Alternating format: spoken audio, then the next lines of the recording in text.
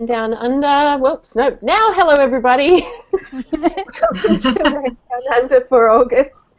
And tonight we are talking about Karina's pick, Never Let Me Go. I have a different cover to the one I actually read because I had to reborrow it from the library. I have the movie cover. Oh, the movie cover? Lovely. And this pick was a pick, I think, Karina, that you said that a few people had put themselves down that they wanted to read this even before you picked it? At least 4 or 5 other people had it in their to-read list. I think I was the only one who'd actually read it, though. Interesting. Well, it's good then. Well, it's probably representative of the number of people who at least tried to read it, even if we don't have those numbers here tonight. Yeah. Apparently, Matt tried to read it but hasn't finished it and isn't in the chatty mood tonight. Yep. Fair enough. Anyway, so shall we start off? He's doing work too. Yeah, well, they're cool. Does anybody want to start off with, or Karina, do you want to start off with impressions of this book and why you wanted us to read it? Sure. I read this book, it must have been around the time the movie came out, since I have the movie edition of the book, with no intention of seeing the movie. It was just a book I saw on the shelf and thought, yeah, I'll give it a try.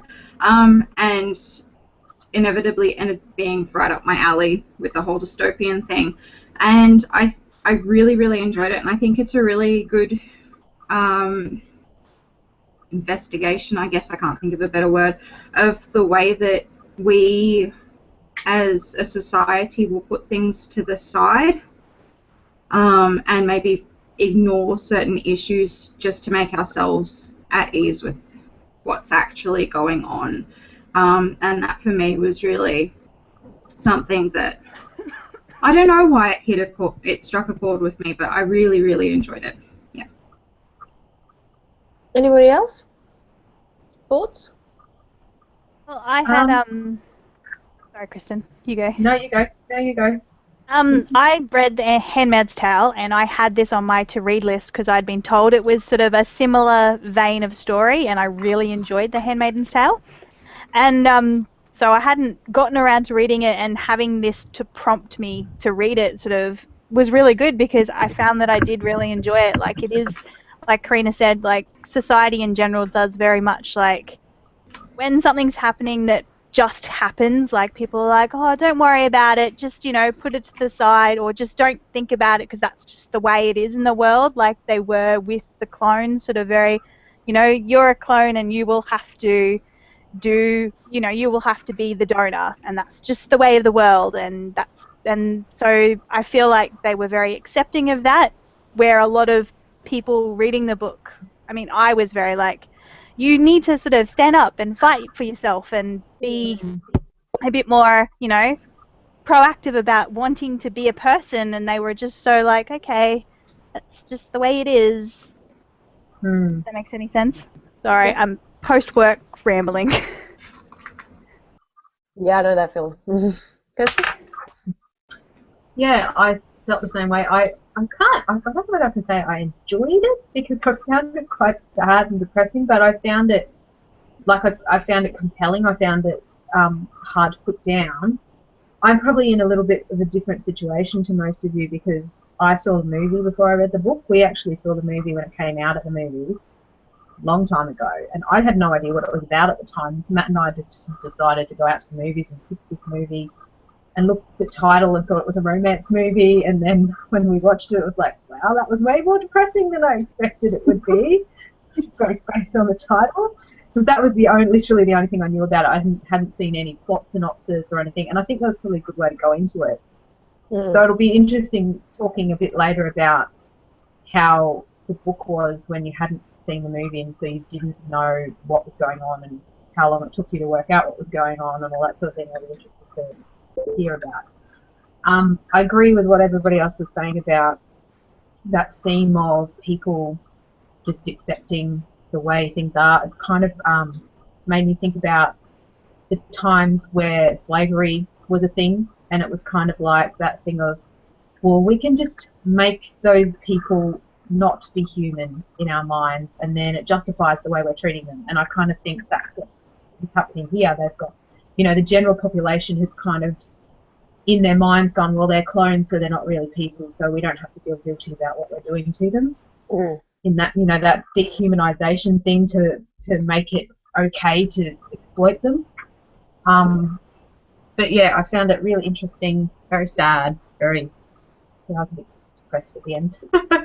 But definitely has a lot to say, I suppose. Yeah. I was similar, mixed emotions, didn't know how to feel.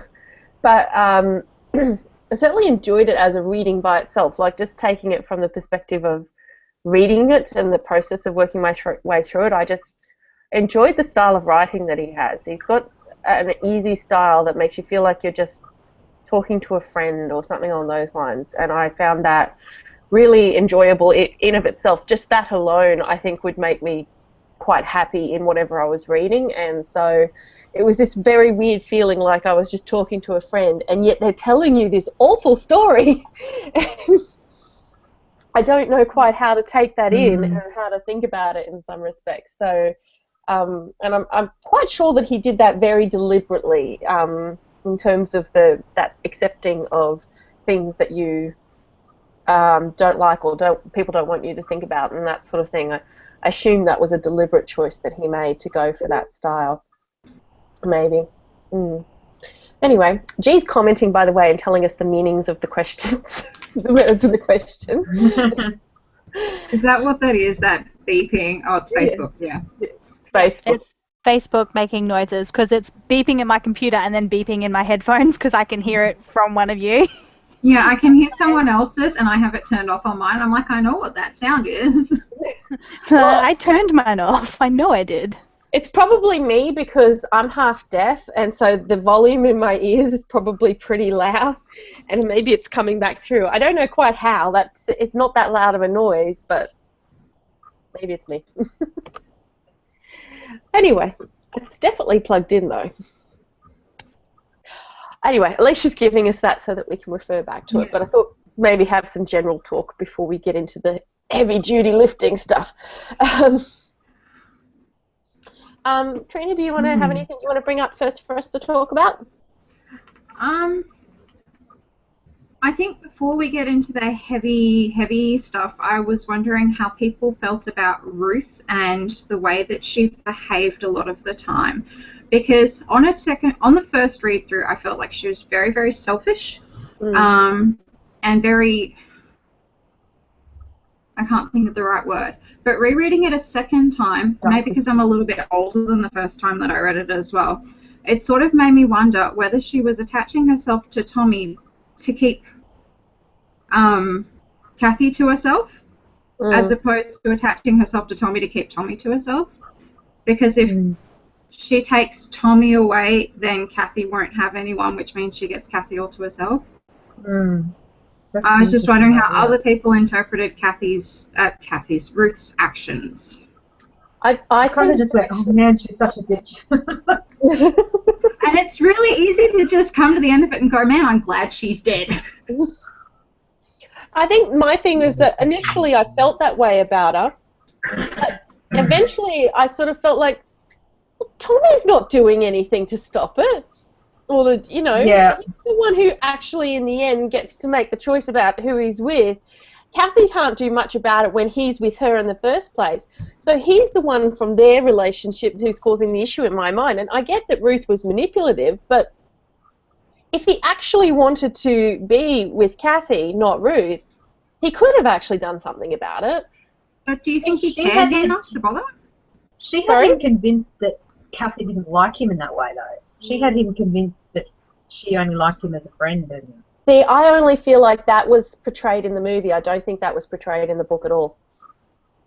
The only thing that you really got that was definite that she was doing that sort of manipulation was at the very, very end before Kathy left the cottages in the church where she revealed that Kathy had laughed.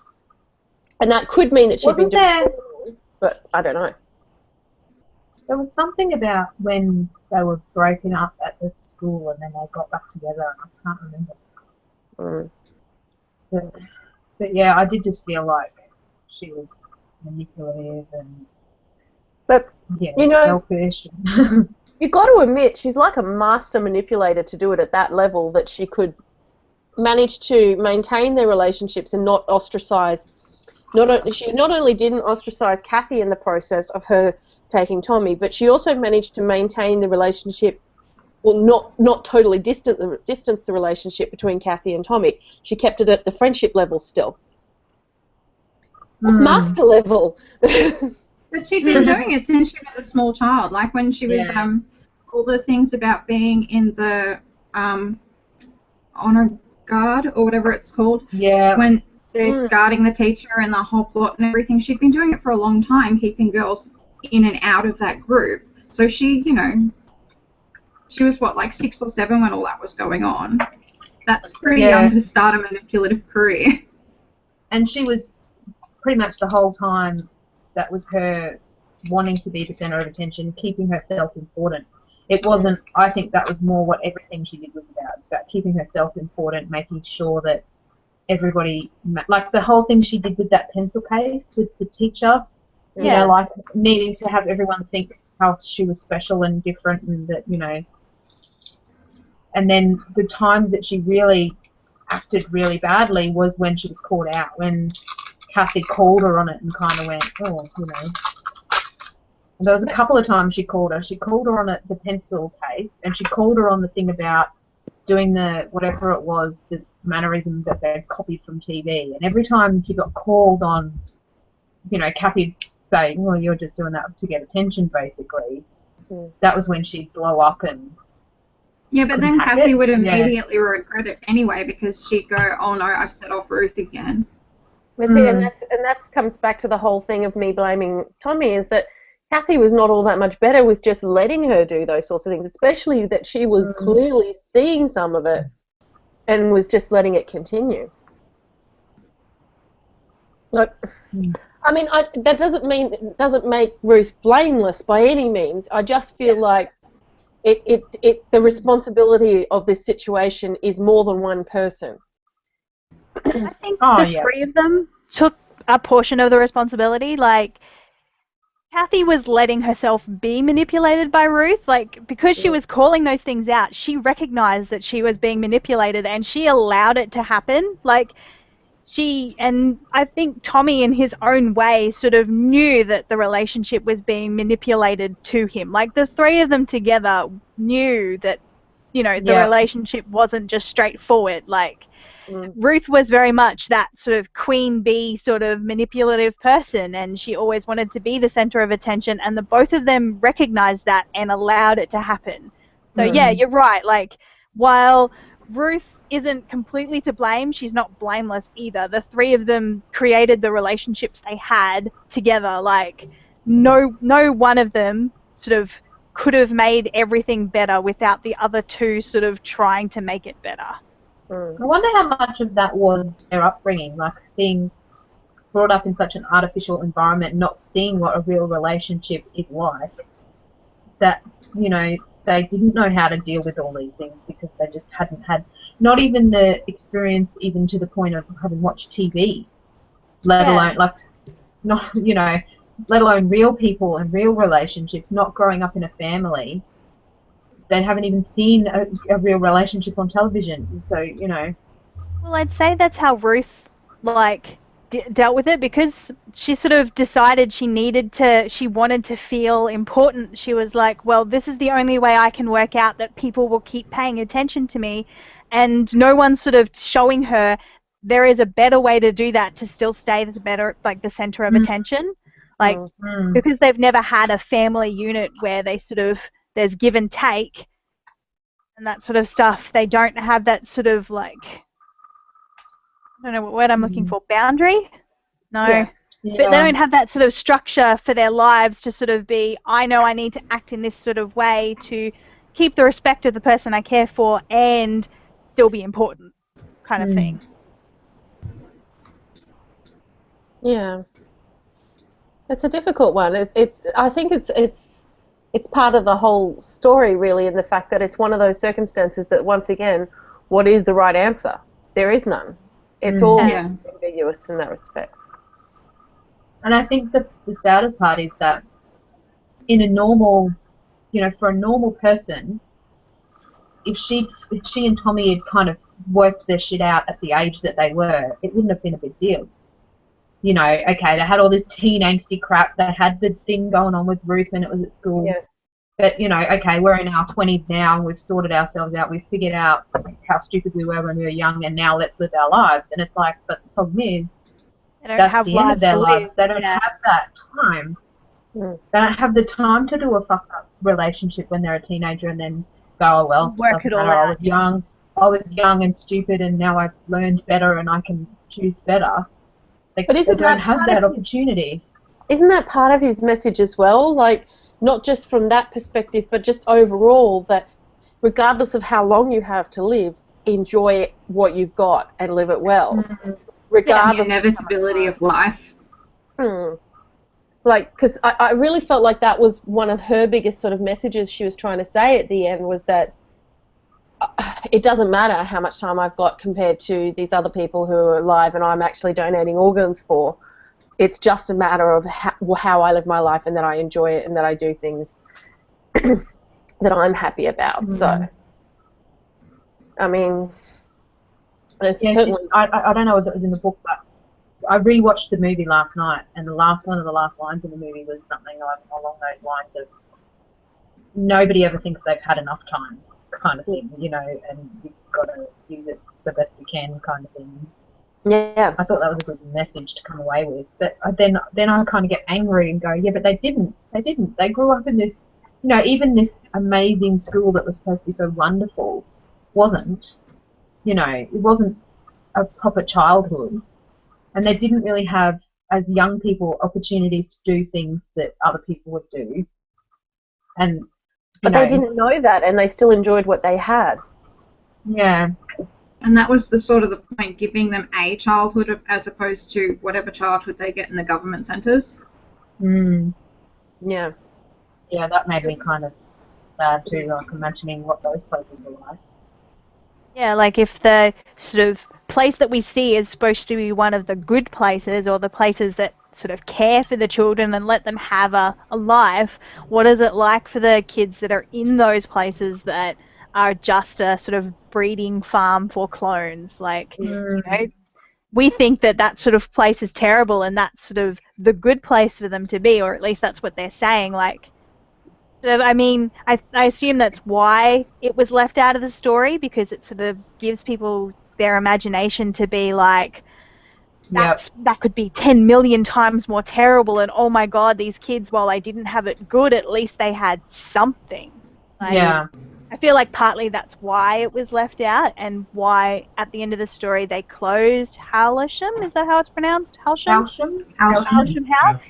Like, because it sort of closed it all for the book. Like, you know, it was sort of this thing that gave these children some sort of a life is gone now, and now you know, they have to know that kids in their situation just have to sort of be in these sort of little farms or whatever they are.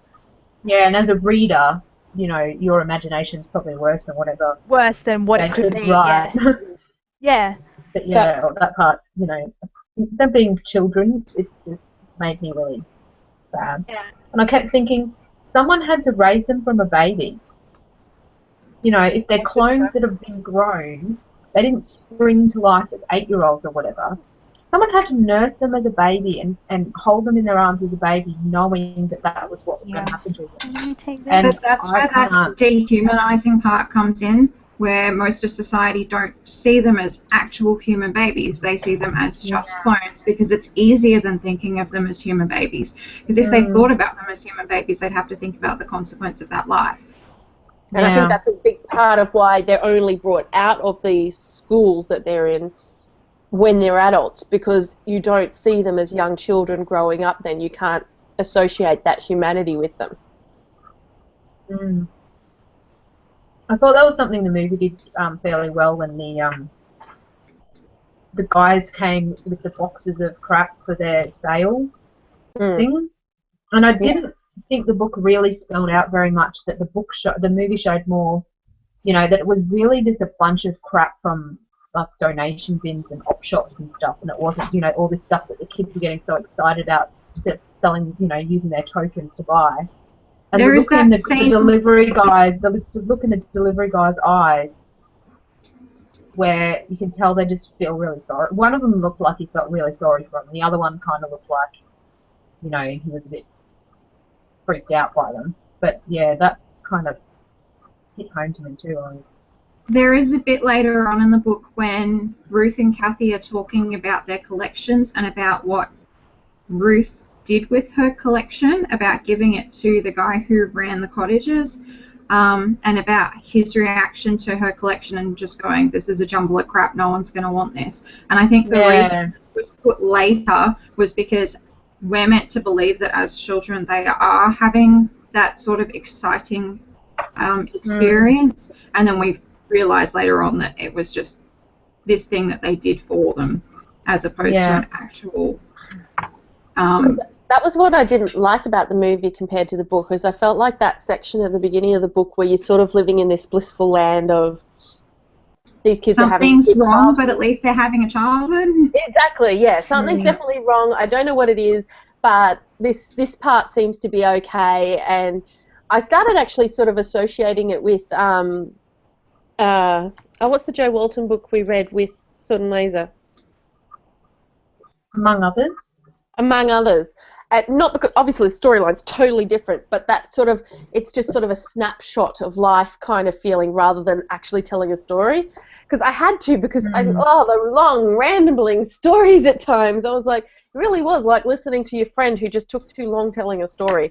I had that problem the first time I read it. I found it very jumpy because you start telling you something and then say, but in order for this to make sense, I have to tell you this. And then and then by the time that was over, you'd have forgotten what she was talking about in the first place. Yes. I found that really frustrating on the first read, but reading it a second time, it was less frustrating. I think just because I knew to expect it, so I knew to pay better attention. And it didn't really bother me, but I think that's probably because I knew what was coming. I wasn't going, okay, well, I want to know what you're talking about, because I'd seen the movie already and I knew where the book was going. And it didn't. The movie, even though there was quite a bit left out, it didn't change too much. There wasn't any huge plot changes that I noticed. So, especially because I'd seen the movie so long ago. So the clear parts that I could remember were the same as what was in the book. Watching it again last night, I was like, oh, they changed that and they changed that and they missed out this. But, generally it stayed pretty close. So I kind of had an idea of what was going to happen. The message I felt was very similar in the movie. I just felt like the book was definitely what I would call a cleaner delivery.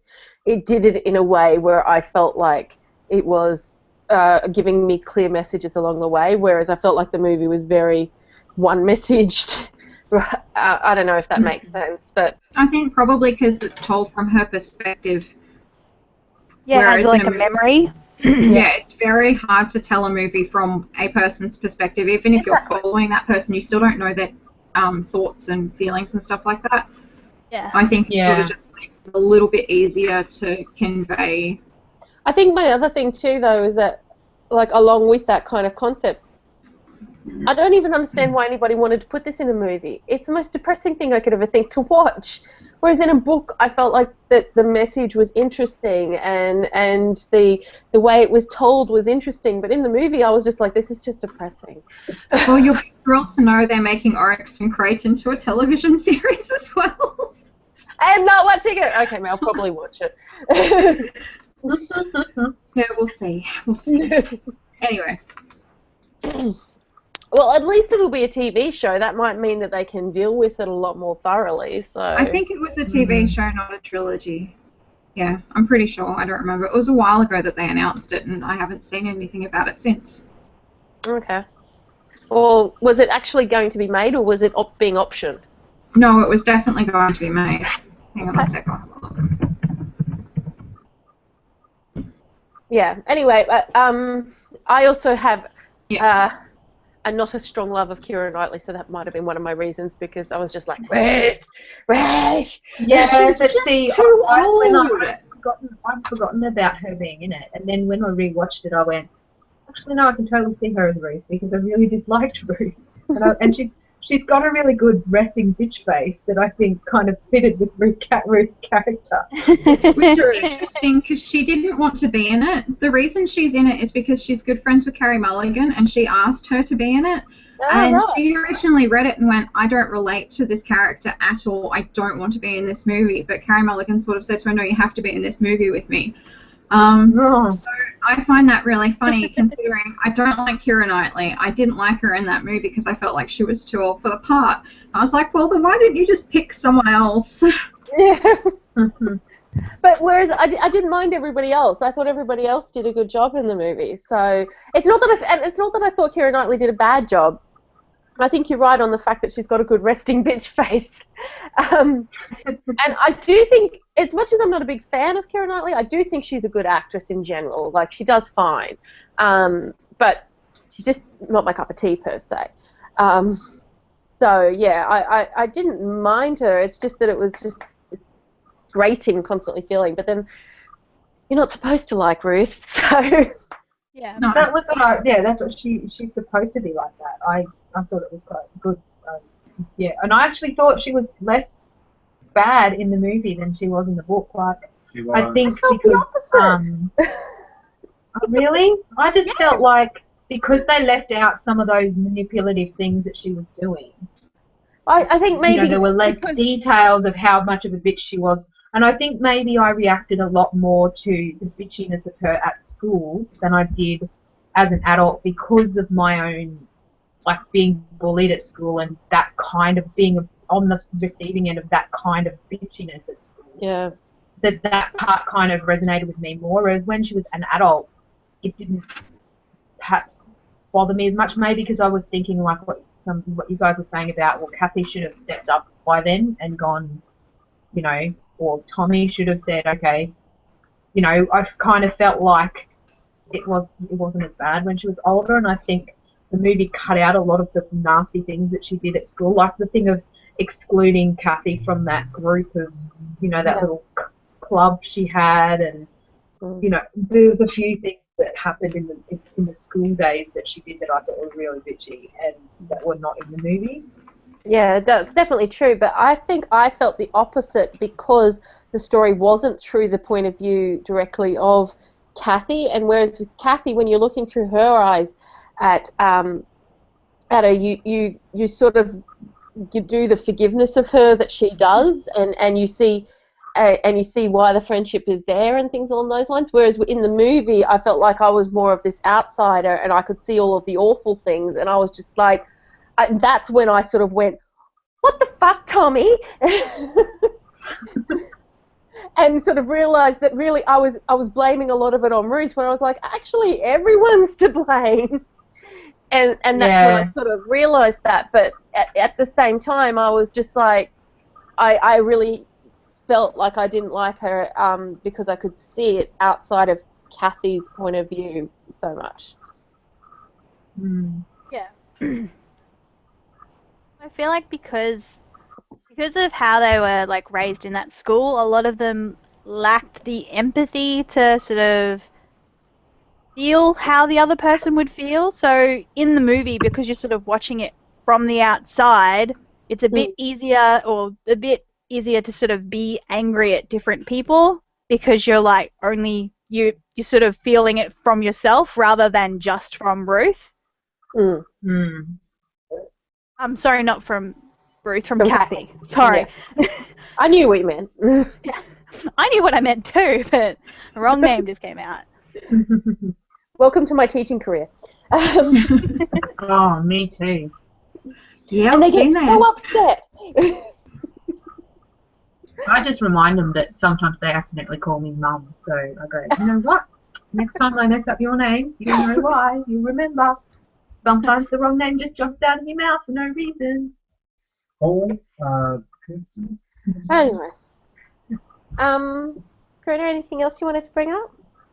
With that in mind about being angry for Tommy's actions, at the very end of the book, Kathy implies that maybe Tommy knew the whole time and that's why he didn't make an effort during art, that he was aware of the fact that they were clones, that they were just going to be donors, that they wouldn't have a very long life. Do you think maybe that is why he was somewhat apathetic towards what was going on with other people?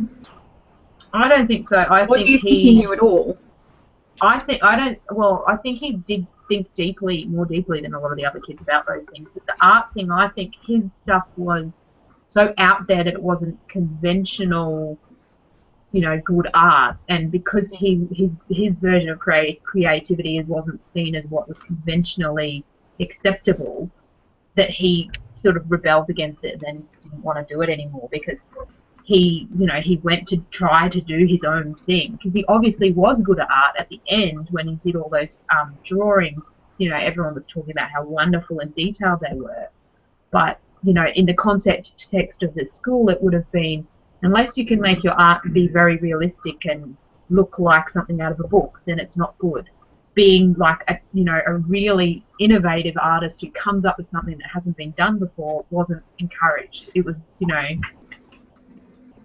So I think he kind of rebelled against that because he'd put his heart into this thing and then everyone had thought it was stupid, and so he was like, well, fuck it then, I'm not doing it. I don't think he consciously thought that knew, more about what was going on with the art than anybody else did. Yeah. No, one point, one of the teachers, I think it was Miss Lucy maybe, said to him that it didn't matter that his art wasn't being chosen. And I think that may have been part of when he was like, well, screw it all. Why should I care? Like, why should I put the effort in to be the person that you want me to be when I could just be me and I'm happy being me if you don't care either way? Like, I think it was, it wasn't more like, he was kind of going, oh, well, it's okay. Like, she was the first person that ever said, like, being who you are is okay. You don't have to be what they think you should be. You can be yourself, and it's all right. And that was when he stopped being angry because he finally had someone say to him that, you're okay the way you are. You don't, Whereas before he was just angry at the world because he wasn't what everyone expected him to be. Yeah. Now, I can't say that I really saw anything in depth around that. I thought it was, to me, I felt like Tommy's reactions and around that, I didn't see that it was any different than when a kid who's done art and gets mocked for it. And it's got nothing to do with whether he's good or bad. It's just kids are kids and they tend to be cruel. Mm. And I didn't see anything special around that or his perceptions or anything on those lines.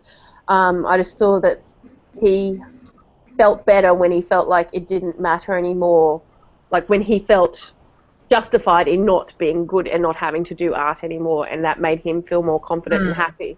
Whether he knew, I don't know. See, the thing is that they all had been told. It's just that they weren't absorbing it. Yeah. When understanding, they kind of say that they were telling them a little bit too early for them to really understand what. So they kind of had an idea of it, but didn't really sink in because. So whether he absorbed more from that, I know that's really hard to say. I don't feel like I got enough in Tommy's head to really be sure from that because I don't know. Did you guys see any indicators that say to you that he knew any more than anybody else or that he understood any more than anybody else? I just don't feel like we did. I just feel like it was Kathy sort of guessing about things, but I think that hindsight's very different to what's reality. Yeah. I think part of it, like him reacting to people teasing him and that sort of stuff was just, and then no one sort of trying to help him, like he was being teased for not being great at the type of art that they wanted him to be good at and sort of have pranks pulled on him and all the rest of it, and sort of everyone around him always thought that someone would do something about it and no one did, is kind of like the whole story of the book, but sort of, you know what I mean? Like it's sort of like the whole world knows that these clones are being created and brought up and whatever, and everyone thinks that it's going to be someone else's responsibility to say something about it, and then no one does. Yeah. It's a little like that, but sort of like more concentrated because it's Yeah, because it's really this weird circumstance where you keep waiting for the world to do there to be some clue that the world is going to change what's happening to these clones. But that's really not what happens. No, it's really not. If anything, it just gets worse because the sort of good environment goes away. Yeah. But I just felt with Tommy, the one thing I did think that was that situation with Miss Lucy, it was sort of all attributed, like his change in attitude was all attributed to what Miss Lucy had said. But I think it was more than that. I think it was that coinciding with at the time when Kathy started talking to him and they started to develop a bit of a friendship. And I think it was more than the Miss Lucy factor. I do not feel that just that factor alone would have made that much of an impact on him. I think knowing that you have a friend and an ally, whether it's secret or out in the open, is far more important and or equally important as being justified in that you can be yourself. Yeah. Yes. Yeah, I So agree. maybe it's like the teachers told him it's okay to be yourself, and then Kathy has, through her friendship, reinforced that idea by going, look, you know, here's somebody who actually cares about you. She doesn't care that whether you're good at art or not. So if those two things kind of happened at once, it was like one was proving the other kind of thing. Yeah. So it reinforced it for him. Yeah, because I think without that, he still would have felt isolated. He still would have felt bullied. And in some respects, it was Kathy also, over time, being more open about her friendship with him, that I think showed to the school that they really should stop doing what they're doing. Yeah. Yeah, Sorry, I think I'm trying to eat my dinner. That's all right. I mean, you only see the school from that short time that Kathy is there. I did kind of wonder how many times that would have happened in the past, because it'd be very easy, you know, if you were a person who'd never had any contact with these clones, to be, you know, fall into that pattern of going, yep, they're just clones, they're not really real humans, and feel that way, and then going to be the teacher in that school and see these children and be like, they're just like every other child, and start realizing that they are human, and then getting angry at the system. And that's pretty much what I think happened with Miss Lucy. She started getting angry about what was happening to these children, and then, you know, she gets kicked out because she's not obviously cut out to be the carer, if that's how, you know, the guardian, Teacher, if that's how she feels. And I wonder how many times in the school's history that would have happened, that a teacher would come in and go, oh shit, you know, this isn't how it should be, and get riled up, either quit because they can't handle it anymore, or do something to try and stop it and then get fired. And yeah, absolutely. because, you know, you get the idea of this dehumanization of a group of people thing works when you're not really part of the group or seeing them. Yeah, when you're not seeing them for real, and when you actually get to know people in real life, it's like you realise, hang on, that thing that I've been told all my life about how these people are not as good as everyone else is not true, because, you know, you actually see the difference, I guess. But see, for me, one of the things when it comes to the teachers is I was horrified by the fact that all they were really trying to do was to provide a nicer environment for them to grow up in. They didn't in any way look to be trying to take it further or to believe that they should. I don't think that's necessarily true, because at the end of the book, when she's discussing with them what they were trying to do, she sort of said that their power ended once they left the school. Like, she just didn't have any control over it. She didn't have the ability to defer them. She didn't really have any control over when they became carers or when they became donors or anything like that. I think it wasn't that she didn't want to attempt to make their lives any better than that. I think that it's that she just couldn't. That was the whole point of the gallery, wasn't it? Was the teachers that were like, we need to prove that they are real people. We need to prove that they have a soul. That was their whole. That was their way of fighting, was to try and show the general public that they do have a soul, and it just never worked. Their goal for that seemed to be only to provide a better life for them when they were children, not to stop this cycle of abuse. Well, I disagree. I think that's what the whole point of the gallery was them going, okay, this is our way of trying to educate the public about these people being real people, but it never worked because people would rather live under a rock and pretend they're not real people because I pretty much explain that in the movie. I don't know that he's butting in now saying, oh, I don't really talk Also, about Matt it. does have an opinion. Matt has a point. Did you hear what he said? No. He said they pretty much explained that in the movie, that was the point of the gallery. But yeah, like, I think that was the way that the teachers were trying to fight, was by going, okay, we're going to prove to the world that these children have a soul and that they are really people. And that was the way they were going to do it. It just never worked because people, you know, all these diseases have been cured and all these people, like, nobody wants to go back to the days where they lost, you know, loved ones. Yeah, and so people were not receptive to it, I guess. But it was like their form of protest, their form of, you know, we can't, yeah, it was, I suppose, and I wonder whether they were balancing, okay, we can't protest in a way that's going to make us lose our jobs. So what's a way that we can try and make change? And yeah, that's the way I kind of saw it. But And I guess the other side of that is coming at it from a completely clinical point of view. There must be a reason that around the age of 21, 22, that's when they decide to turn them into donors. Well, Like, they've reached purity, can't keep letting them, and there's that risk that they'll, you know, go and smoke or drink or things like that. So once they've hit 16, which is when they leave the school, they have those couple of years at the cottages, and then it's like, well, what more can they really do for them other than making sure that the hospitals are a nice place? Mm. And that's not really in their control. That's up to the hospitals. yeah, I think that was something I wondered about too, was like, wouldn't there have been children that needed donations? And did they, like, they never seemed to, like, they didn't seem to give donations as children. But you would think if they've already gone, oh, well, these clones don't matter. Like, and you can imagine if your child was dying and needed a transplant of some kind, and there's a lot of kids out there that are, what happened there? Like, A lot of pick children someone can not take from adult- Halsham.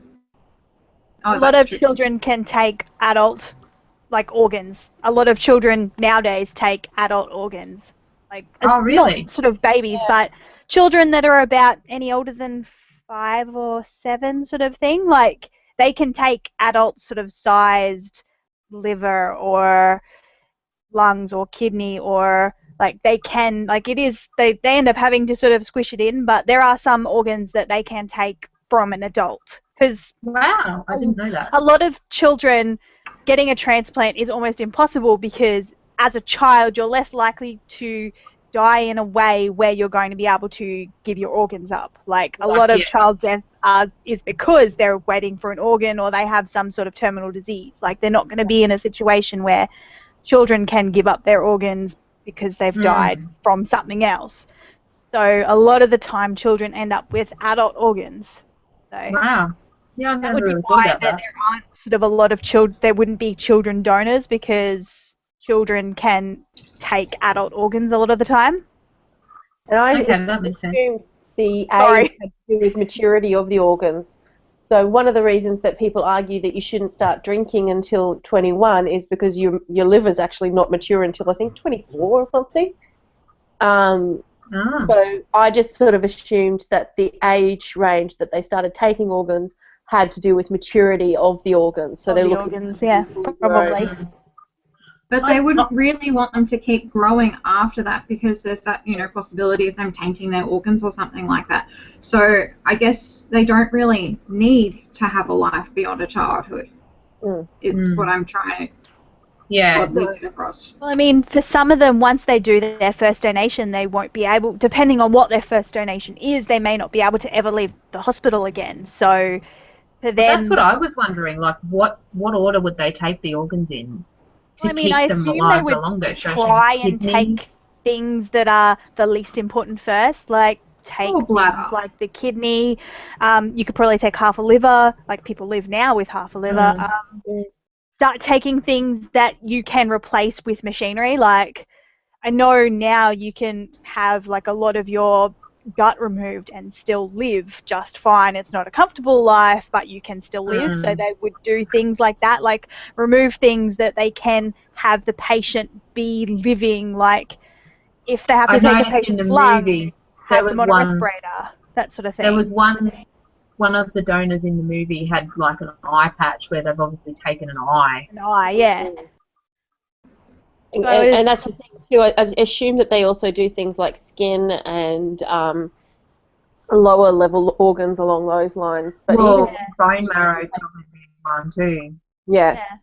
And But even just things like tendons and stuff, like. Well, yeah. I mean, and see, like if they can take an eye and use that, which, as far as I'm aware, we can't at the moment. I believe there's developments around it. Well, you can donate. You can't donate your entire eye, but you can donate your cornea. I'm pretty Yeah, sure. the cornea and the lens, I think. But yeah, So, you can't if they took that out of your eye, you might as well take your whole eye, because what's the point of cutting part of your eye out to donate it to someone? And, Fair enough. We don't know. But like, assuming that, we don't even really know. I mean, like, assuming that they did a transplant of a whole eye, we don't even know what it is they can or cannot do in terms of transplants. So there's a lot of different things they could be taking. Wasn't there someone in the movie who had like a leg off? Yeah. No, I don't remember. Yeah, there was a guy in one of the hospitals that was in a wheelchair that was missing a leg, and Miss Kathy said towards the end of the book to, not Miss Kathy, Miss I have my notes here, who am I thinking of? One of the teachers that's in the wheelchair, she says at the end of the book to Kathy and Tommy, I'm expecting a new pair of legs soon, or something along those lines. So they must do, like, not just organs, but, like, limbs and stuff as well. So if patients have a problem with their legs, they just give them a new pair of legs.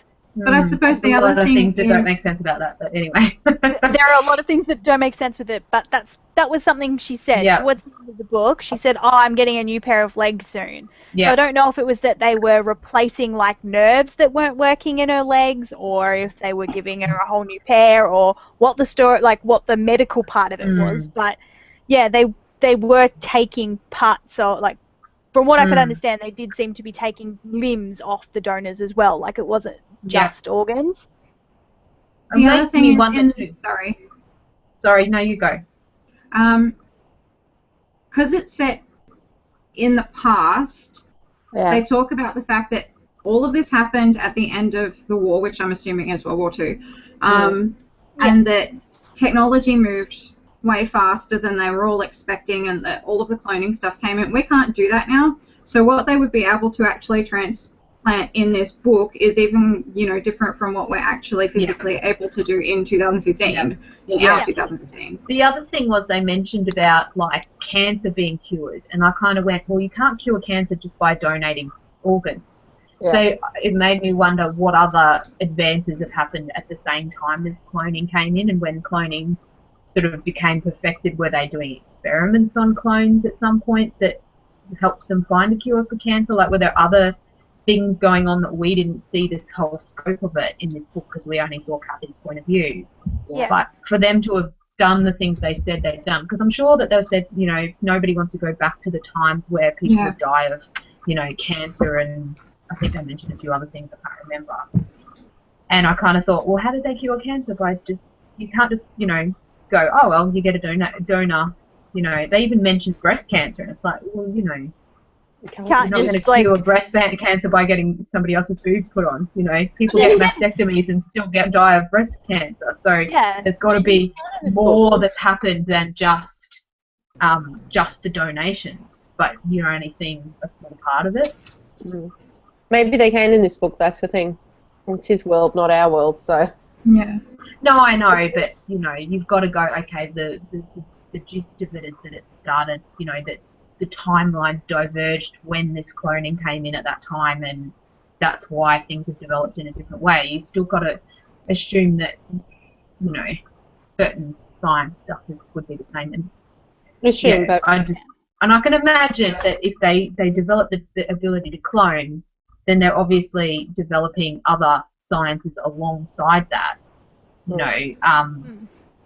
It wouldn't have been no science new science that's developed or not very many new sciences that have developed happen in isolation and don't affect other branching out sciences. You know, like they might, especially like I think of the NASA stuff, like all the NASA spin-offs that have happened from things that were created for astronauts. You know, similar kind of idea. You know, they've got this cloning, but then there's other applications that branch off from that, you know, am I making sense? Yeah. I kind of got the impression that they had cured a lot of these things before they started taking organs from clones. Like, they sort of started curing all of these diseases, and then they were like, well, we don't want people to die from something like their kidneys stopped working, so we need ways to keep them living because they're not dying from diseases and stuff. So people want to live longer and stuff, so when you get older and your kidney fails or your liver fails or your heart starts failing, well, we'll just give you a new one because we've sort of solved all of these like diseases and gotten rid of them all. I feel like it's kind of like how we got rid of like smallpox and those sorts of things. Like we sort of got rid of them completely or almost, and it was like we've sort of moved on to try and get rid of other things to extend people's lives, and that was just the next step for them. Like they sort of got rid of cancer and everything else that they sort of like that's around, and then they're like, well, now that we've gotten rid of all these diseases, we don't want to be losing our loved ones just because they can't have a new organ, so we're going to use this sort of technology that we have to make clones to continue people's lives so we don't need to lose them anymore. Kinda, maybe. I don't know. Yeah. That makes sense. Yeah. Sorry, I'm just reading a section because to me, so going back, to the Miss Emily point about whether or not she wanted to stop what was going on or not, if she's accepting a donation, that says to me she doesn't. That didn't happen in the book though. That's in the movie, it's not in the book. Right, well that would make more sense then, because in the book she's just unwell, like she says she hopes the chair's just a temporary thing. Like she doesn't specifically say what's wrong with her. Okay. Well, that would and I think, you know, it could be one of those things where you go, oh, this person's willing to say that they want to fight for the rights of these people, but then when it comes to affecting them personally, it's like, oh, I've changed my mind, you know, I've chickened out on that ideal that I had because now I've decided that, you know. Yeah, I don't want to die, or I don't want to be. I don't think she was necessarily fighting against the donations, though. I think she was just fighting for them to have proper lives. That's what I thought. So I really didn't feel like she was... I don't feel like it was ever said that she wanted to stop donations. I feel like it was saying that she wanted them to have better lives and not have to experience a childhood and experience an adolescence and all of that. So that... I think it said somewhere that those who'd come from Hailsham dealt with their donations better just because they were better prepared for it emotionally because they'd had a proper life and this hadn't been this all-consuming thing for them. But if that was the whole point of her, you know, what if she just wanted them to have a happy life while they were young, and then, you know, that would be her argument to the world. Her argument to the world would be when they have a more happy life, they're a better donor or they're a better carer. But that wasn't her argument. Her argument was that they have souls. And to me, everyone else that someone has a soul, that's not just about making their life better when they're like that brings in that whole morality. Is it okay to kill something with a soul? And I kind of think, well, if you're going to start making the argument that they have souls, there's got to be more to it than just making their lives better.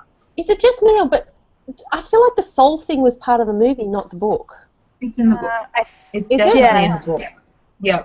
That was the point of the gallery, was for her to prove that those children actually had souls, not just... But see, I think that's the thing, right? It's part of the whole bearing your head side of things, is that just because she's trying to prove one thing doesn't necessarily mean... It's like educating slaves, right? There was lots of people who thought it was the right thing to do, but that didn't mean they wanted to free them. Yeah. I think of it a little bit like factory farming of animals. Not going to get up on my vegetarian high horse or anything. But if you think of it as there are, you know, millions of people in the world who do not care where their meat comes from. They don't care how it was treated as it was alive, and they don't care about the process it went through to get to be on the table. Yeah. Thank you. Yeah. Don't vomit on us. They don't care about it at all. They have no sympathy for those creatures. They don't see them as living things at all, comparable to their cats, dogs, family members, any of it. And then you have people who go, hang on a minute, it's not okay for us to, put chickens together in a tiny little coop and have them trampling each other and debake them and all of those things that they do to them. But I'm still going to eat meat as long as it was sustainably grown and treated right through its life. I think it's a little bit more like that situation as opposed to trying to stop the donations altogether.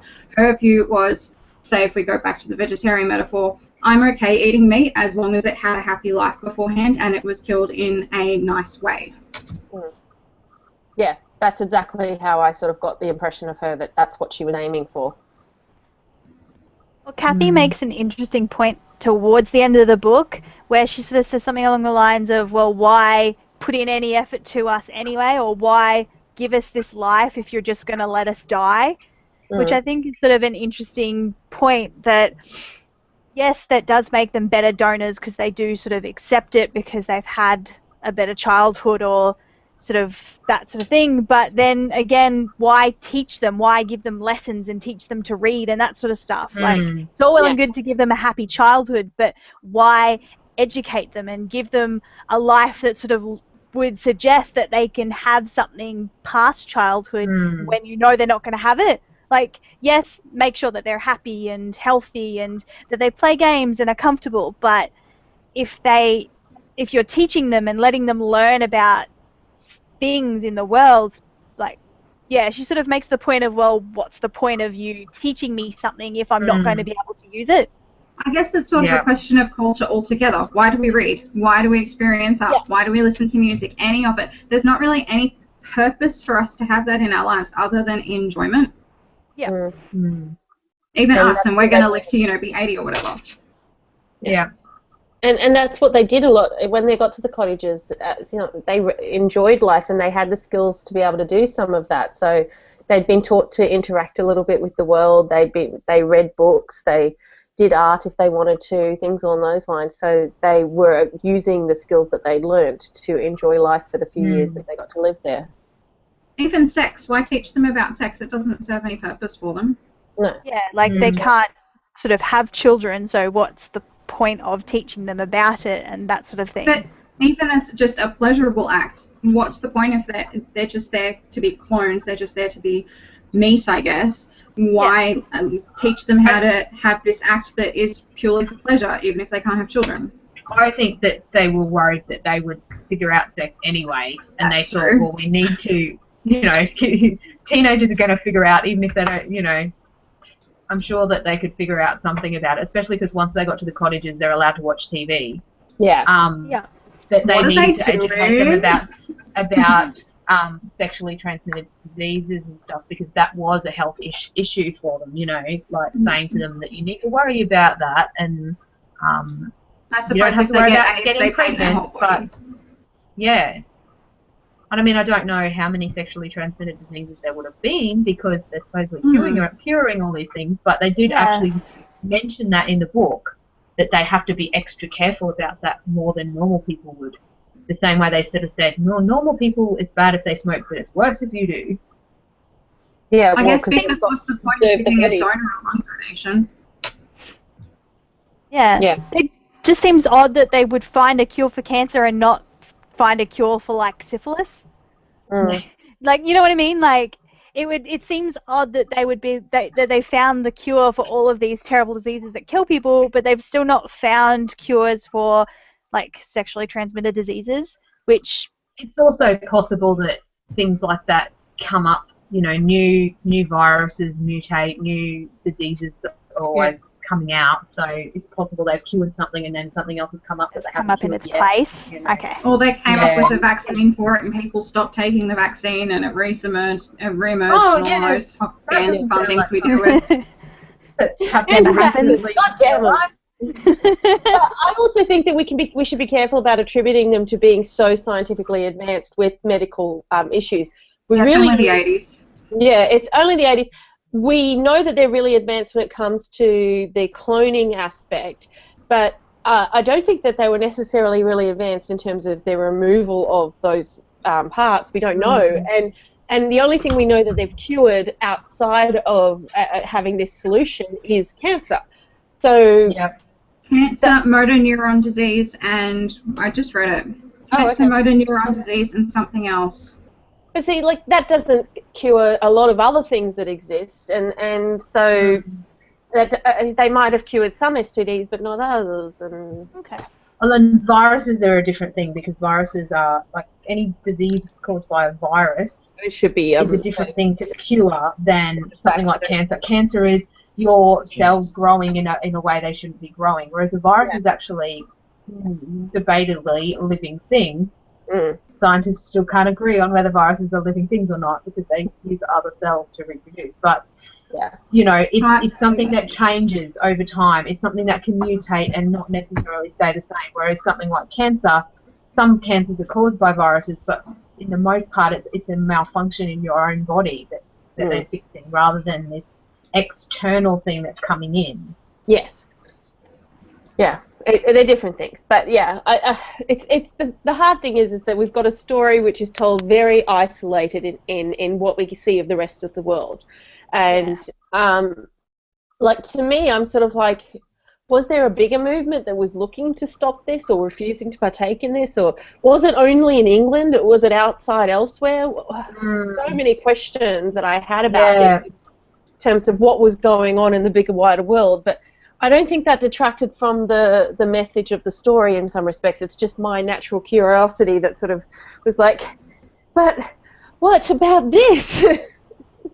It does make me wonder too about, like, if in America would it have happened, you know, because of the religious aspect of American culture. Would they, you know, like there's still so many Americans that are anti-abortion, and you know, and I know there are a lot of Americans that are anti-cloning, the idea of cloning, even though it hasn't, human cloning's not even a thing, but just the idea of it. So I do imagine that there might have been, you know, different places in the world that accepted it in different ways. You know, are there people from America flying to England to get donations because it's not legal in America, or it's, you know, it'd be interesting to explore. You know, I suppose you're right. It's a very narrow bit that we're getting. We're getting a narrow space of time. From one person's perspective in one country. It could have been very.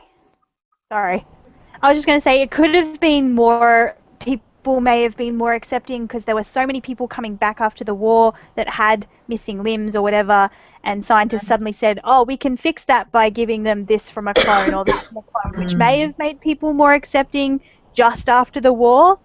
I don't know, but yeah, like, because it is such a small personal thing. If someone you love is dying and they say this is going to make them live, it would be a very hard thing to not accept that. You know, like, and I'm thinking as a mother, like if someone said, you know, this is what's going to happen for your baby to survive, it'd be really hard to go, my moral high ground says that that's wrong. So because, after I, you know, read this and watched the movie, I had to go back and watch the movie The Island. Did you guys see that at all? I immediately thought of, I don't know why I thought of it the other day. Well, I was reading part of it and I went, hang on a minute, that's a lot like The Island. Well, that's sort of what I associated this a lot with, and I think it ties into what you're saying there, Kirsten, in terms of one of the things they mention in the book is that initially people didn't actually know what was going on. They just knew that they were getting body parts and limbs and whatever it was, and it was discovered later what was going on. And it made me think of The Island in the respect that obviously that's kind of what they're doing there, except for people, what they don't know is that they're actually living clones. They just think that it's some sort of thing sitting in a bag somewhere waiting for when they need it and call on. And in this case, that was kind of like that's how they started off thinking. But then when they found out, maybe because the usefulness had been there long enough that people wanted to keep it, they were willing to accept the fact that these children were going to be around and growing up and then providing what was needed medically by the populace. And it made me wonder, like, because the island took it in a totally different direction and said, oh, once people discovered this, they would have put a stop to it and that would have been the end of it all. Whereas in this one, they sort of went completely the opposite and said, oh, we're so liking what you're providing for us here, we want you to keep doing it. And we're willing to overlook the moral stuff and forget about that and push that under the carpet because we're getting something that we want so badly. Yeah, and so my question out of that comes, what do you think we would do today? Like in Australian society, which is the only one we can really answer for because we live here, and I mean, not that we can't talk about it speculative, but do you think that we would, in today's society, if it came out that, let's say, half of the blood supply being used by the medical field turned out to be being... By the way, why didn't they take blood from them? For God's sakes! Sorry, that was one of the things that kept coming up with me. I was like, wouldn't blood donations be a good idea here? Shouldn't they be just hooked up, giving blood constantly? I kind of wondered if they weren't all universal donors. Yeah. They would have to be, because that would make sense. Yeah, that would make sense. Yeah, they'd have to, if they've got the ability to clone someone, you would think that they would have the scientific ability to create their clones as universal donors for whoever needs an organ at the time. Because you can't pick people to clone in the first place who are a universal donor. Well, they did say somewhere in the book that a lot of the theory was that the clones were based off people who were trash, or at least that was the theory from the kids that were in the institution. Like, not necessarily the actual truth, but it made sense. It kind of made me think, oh, well, you know, if they've gone, oh, yeah, we'll pay you $50 if you will give us the permission to clone you. And the people who are saying yes to that are going to be the people who are desperate to get that money. But see, for donating, I think there's, like for blood, there's universal donors, I know, because I am one. But I'm not sure that makes me a universal donor for organs. Isn't there more involved with it than that? No, I think it's probably more complicated than just a blood type at all. Yeah. But I'm not sure. There is. You have to match tissue typing, but possibly their science is that if they've created clones, like fully working clones of people, that perhaps those clones have perhaps they've created universal tissue types. Like, it could also be that they've got so many of them and that's why your name comes up at certain times, because, you know, they go, okay, we've got this file here of all the different types of people that we've got, and that's why, even though they were all the same age, they were donating at different times, and not necessarily at the same time, because the person who needed that particular organ, you know, and, you know, they say, oh, some people completed on their first donation. That may not necessarily have always been that, you know, that first donation went wrong. It could have just been that the person who needed something and needed that particular type of person needed a heart or needed a needed a major organ that you couldn't survive you couldn't take and then survive without it, you know.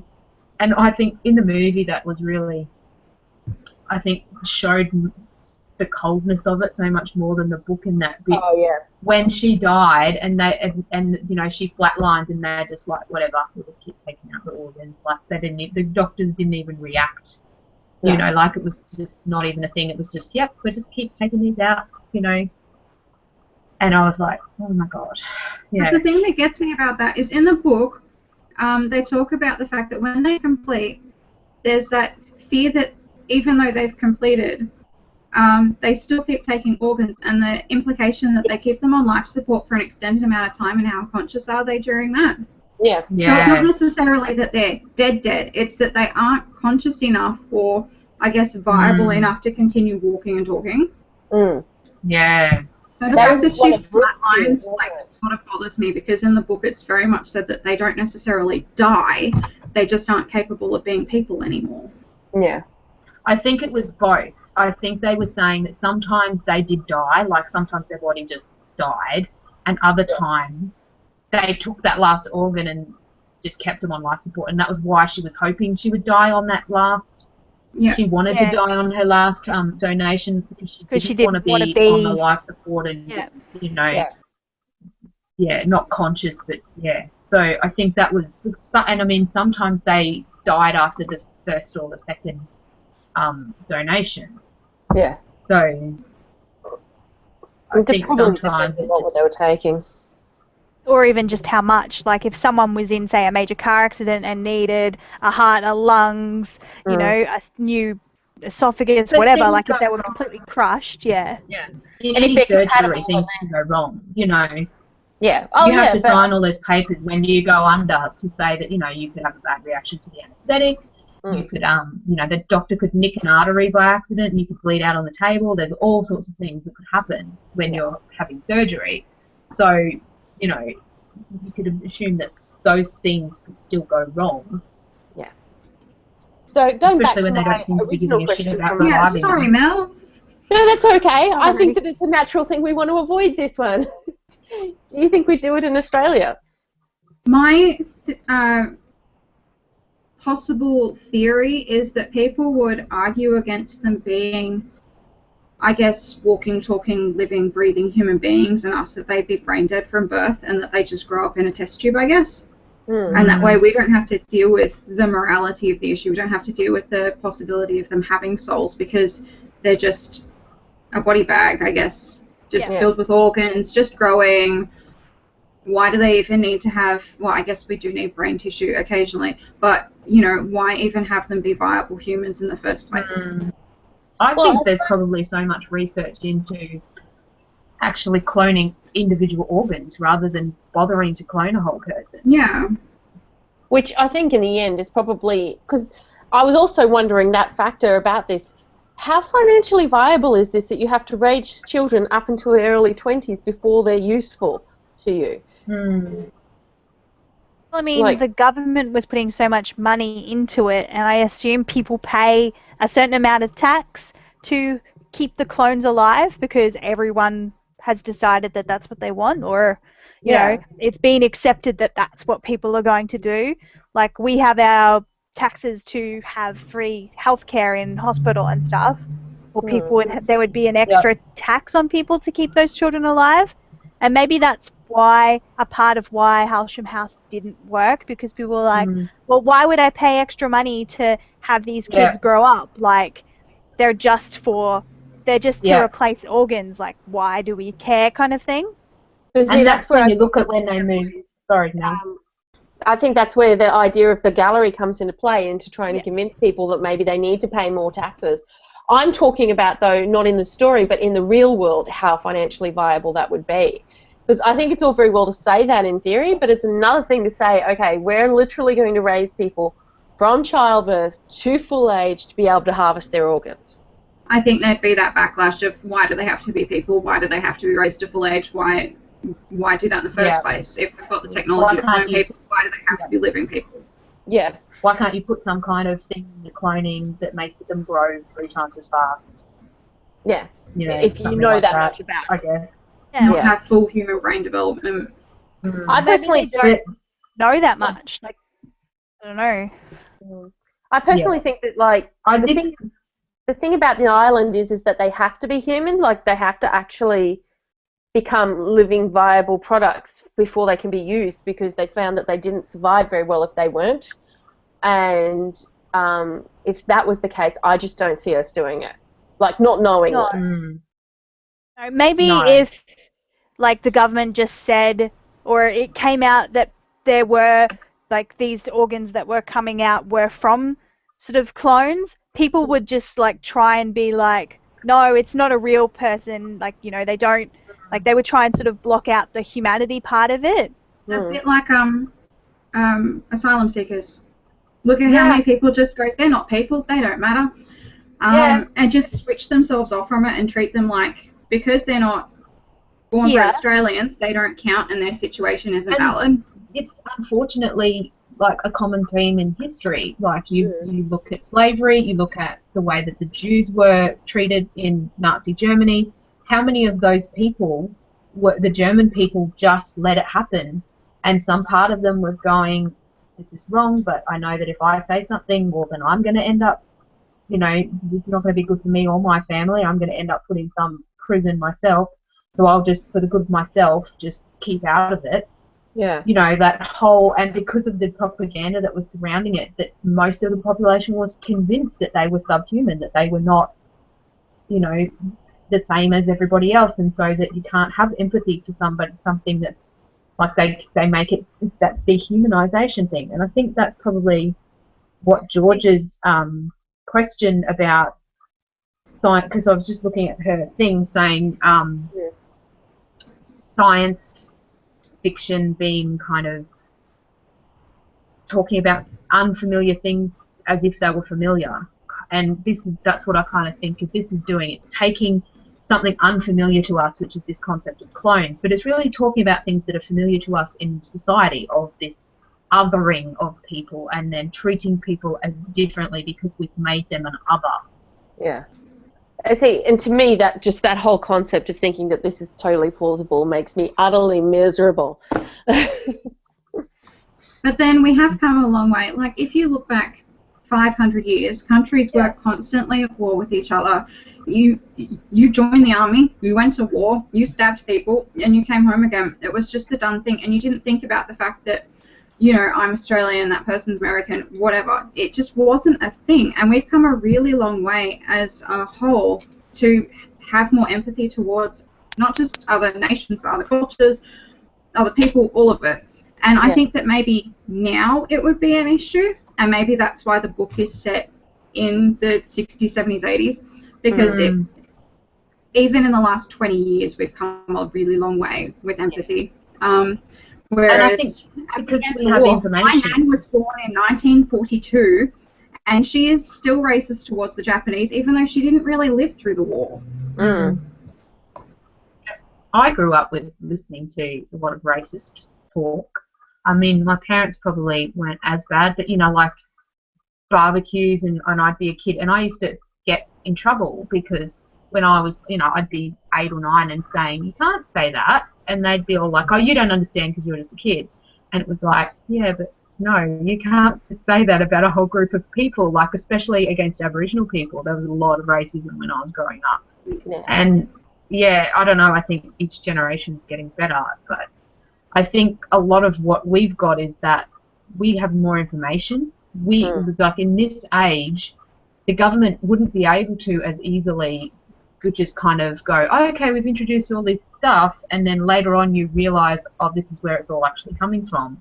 We'd be knowing all that from the beginning now because, you know, you like, I mean, I'm thinking about the Nazi Germany example. What they were really only getting the information from what the government was telling them and what the propaganda was, whereas, you know, unless they shut down the internet and we became like North Korea, we've got the ability to actually think for ourselves and look at more than one perspective and look at other people's points of view and that sort of thing.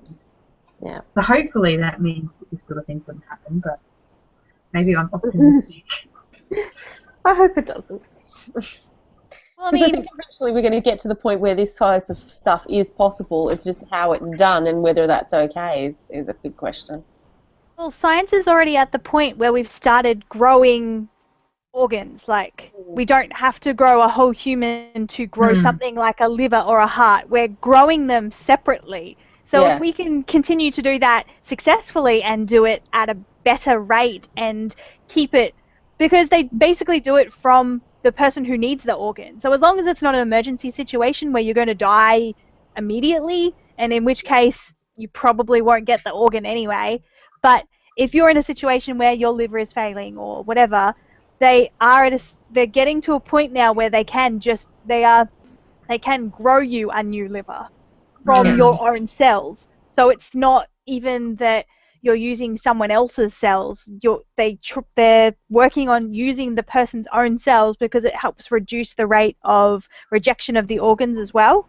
Means they'll be less so if that continues, that would be sort of the best option, because that means that this sort of situation would be less likely to ever exist, because they can just grow organ X that you require rather than having to grow a whole human and grow them up. And there's so many questions that come to me from that, because my uncle actually had kidney transplant about 30 years ago, and at the moment we're dealing with the repercussions of that for him.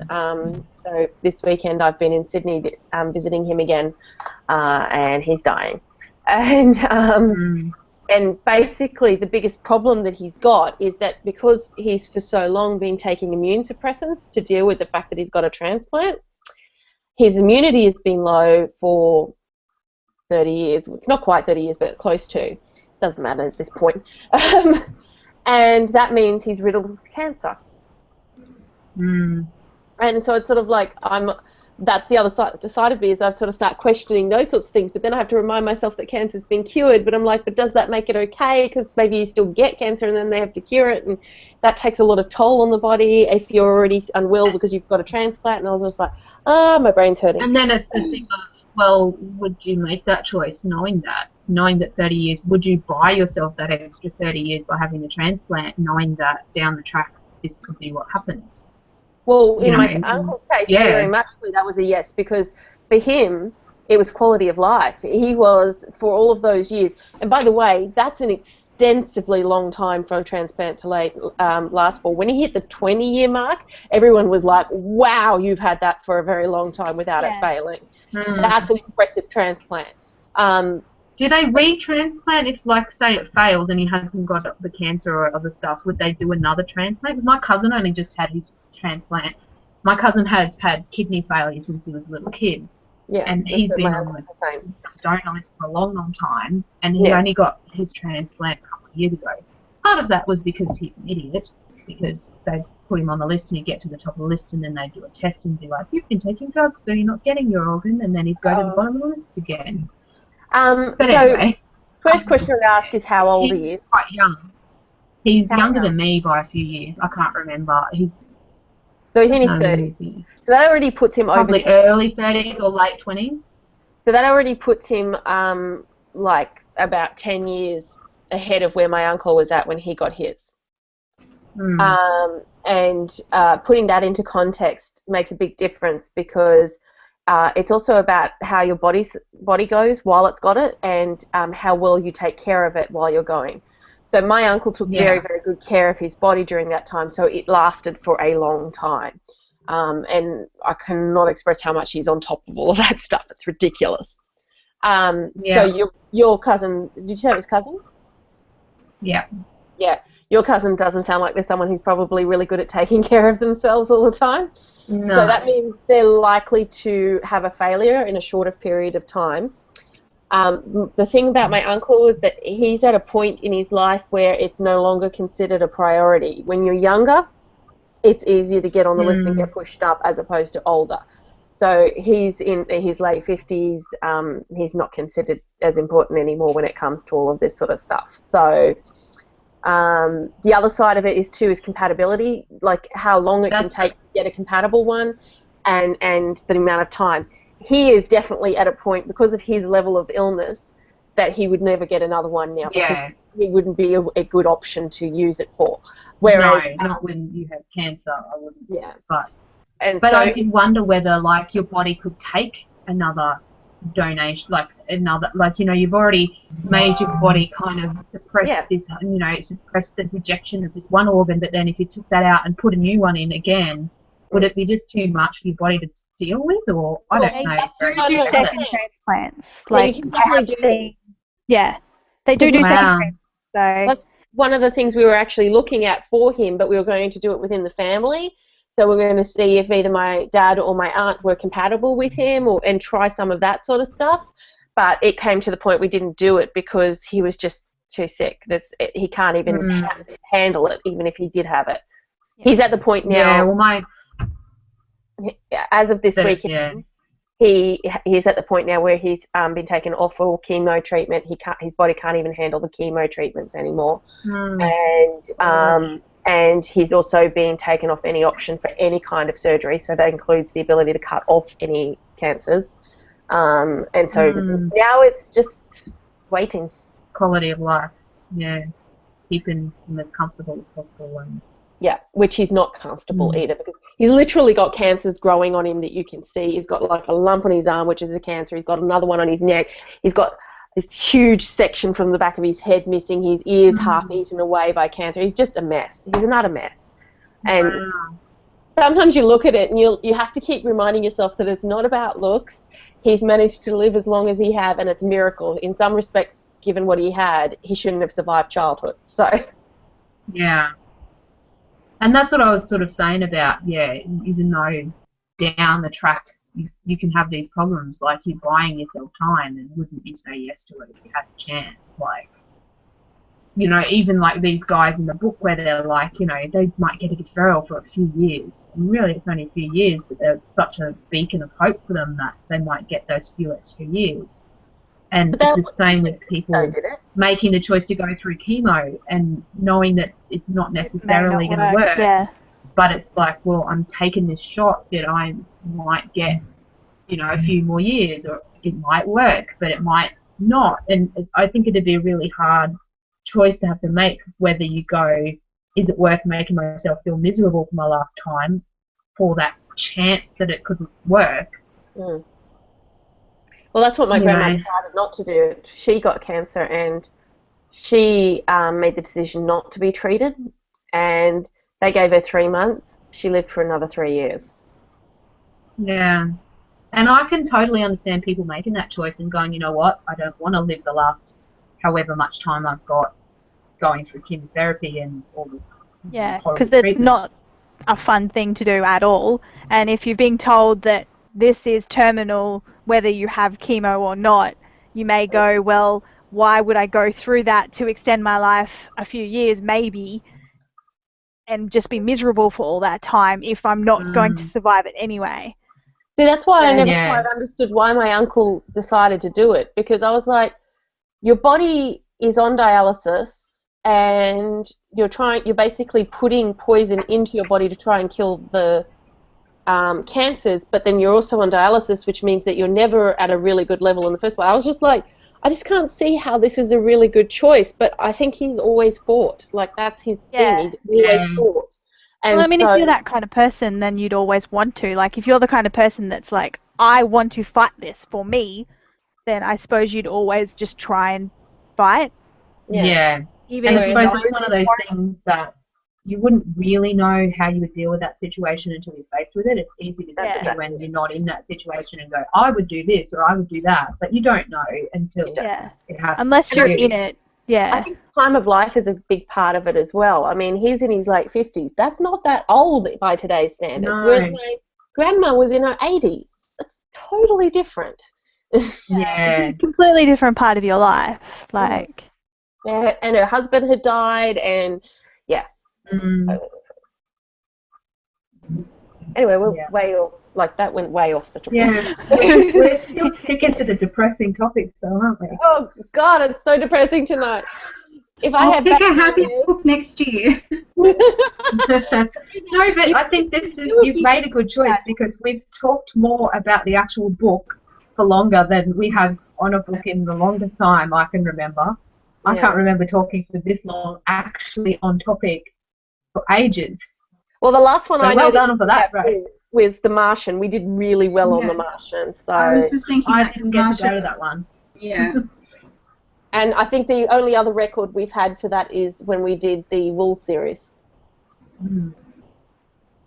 Because that was phenomenally long.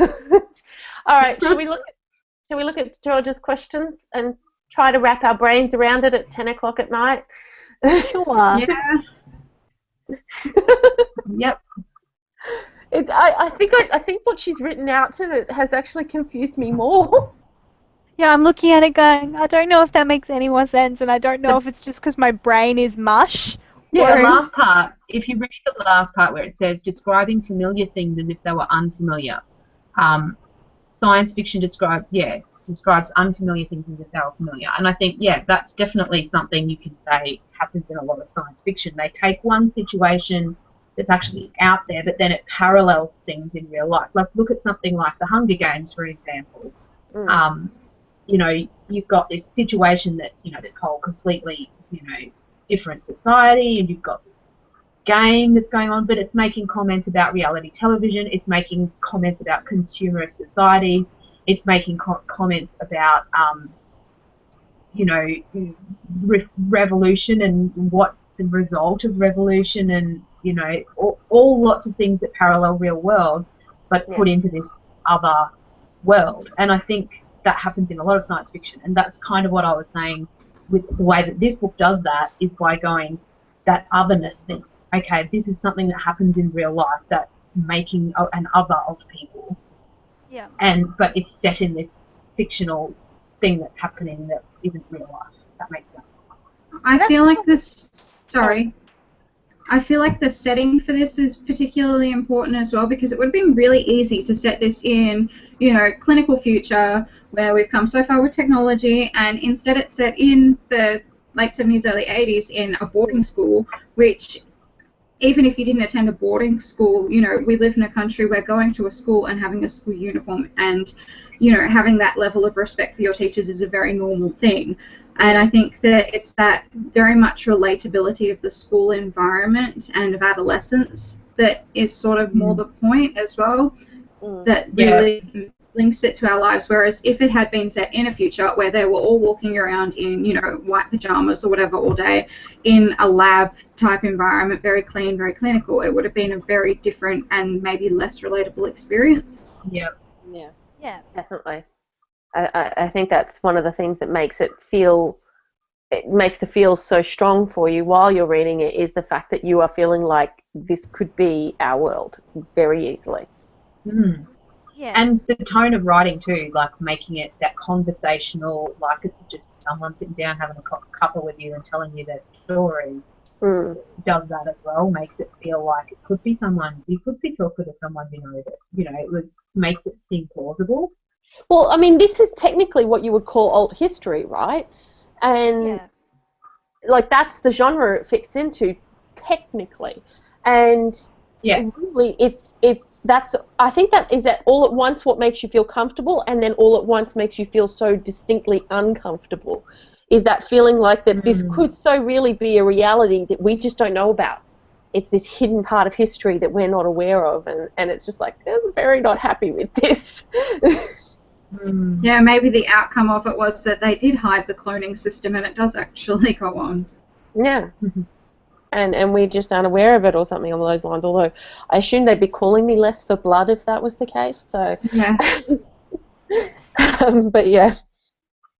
It almost feels slightly meta in that respect, that it's almost like we're reading it and then we're not associating with it, and then she's at the same time hearing the story, like hearing what's going to happen to them, but not associating herself with it directly. You know what I mean? Like the fact that they're burying their heads about or ignoring that factor that this is what they're going to have to do in later life, and they just sort of push it aside. I think a part of that might also be because at the time of telling the story, she still hadn't donated. So it wasn't quite an actuality for her just yet. Like as Kathy, Ruth, and Tommy reminded her on a number of occasions, you haven't been here yet, you don't know what it's like. Yeah. Yeah. This is true. And it's easy to kind of look at these things that you go, yeah, that's going to happen, but it's so far in the distance I can pretend like I'm doing it right now and I'm thinking about childbirth. Like, I know that it's going to happen, and, it's going to, I can see it there in the horizon on the future, but I don't really want to think about it. So, I can imagine her kind of doing that, like just pushing it out of her brain, because if you spend too long thinking about it, then you're going to be scared and upset, and so there's no point. Like, I'll just pretend that it's not happening. I kind of intellectual level know it's going to happen, but I'm not emotionally connecting with that idea. Does that make sense? I think too that sort of explains to me a lot of like Tommy's reaction after they find out that deferments don't exist. I was sort of like, I don't feel like his reaction was because of who he was before and how he used to do the screaming and all of that sort of thing at that time. I think his reaction had more to do with the fact that he had already donated and she hadn't.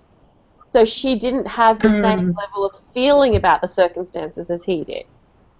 He has donated, he's felt the complete hopelessness of the situation, and then had this hope built up again that he'd had once before and was re-established. It was just ripped away from him again, and he was just back in this sort of hole of there is nothing kind of thing. This is my purpose. This is all I am for. There is no great There You is know, no city in the break sky. There's no beyond, yeah. alternative. This is just what's going to happen, and there's nothing I can do about it. I can't even save my girlfriend from it. Yeah, exactly. Yeah. And I suppose there's also tied into that the fact that like he's just gotten together with his girlfriend again, finally gotten together with Kathy, and suddenly he no longer even has the opportunity of that extra time that they were talking about getting. He's lost it all. Like it's all gone. Yeah. And just going back to what we were talking about earlier as to whether it was happening all over the world or just in like England, I feel like at that point, if they could have run away to somewhere else, like if say it was illegal in Scotland, I feel like if they could run away from that situation at that point, they would have, because they would have been like, okay, that's really it. Like we sort of had this hope. So Say it was makes me, illegal in America, they wouldn't have had passports. There'd be no way they could ever get there. There's no way that they would ever but be. it makes me think that it was bigger than just England. Like Yeah. maybe not necessarily all over the world, but it was bigger than just England, because otherwise they would have made the attempt. Maybe. But don't you think it was weird the way that they didn't even really discuss other options? They only followed the letter of what was available. As soon as deferment was knocked off the block as being an option, they didn't question it. They didn't go, is there something else we can do? They just weren't happy, but they accepted it still.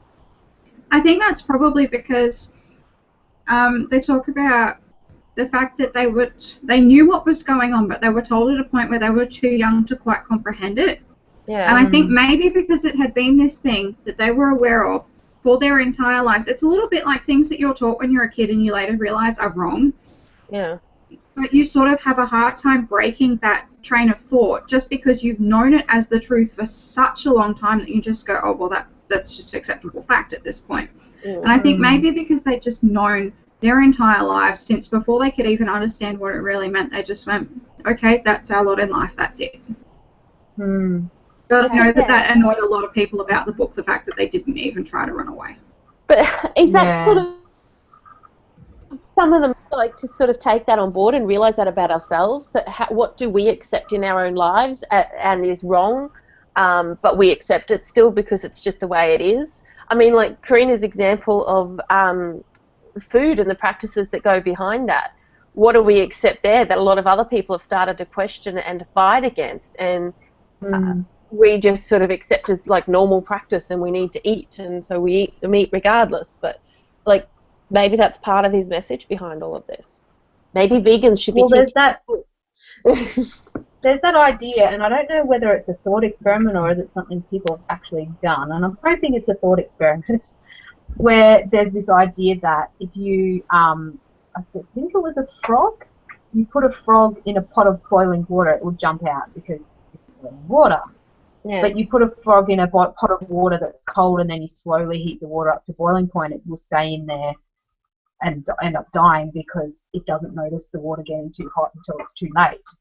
I'm sure I don't know whether it was a frog or something. Yeah, I wouldn't be surprised. But I remember hearing an experiment along those lines, and I think that says a lot about this kind of situation. Like, if you're thrown into a new situation that you know is wrong, you might fight against it, but if you sort of gradually, you know, this is just the way things are and it always has been, and you gradually coming to know what's actually going on, you're less likely to fight against it because it's just the way things are.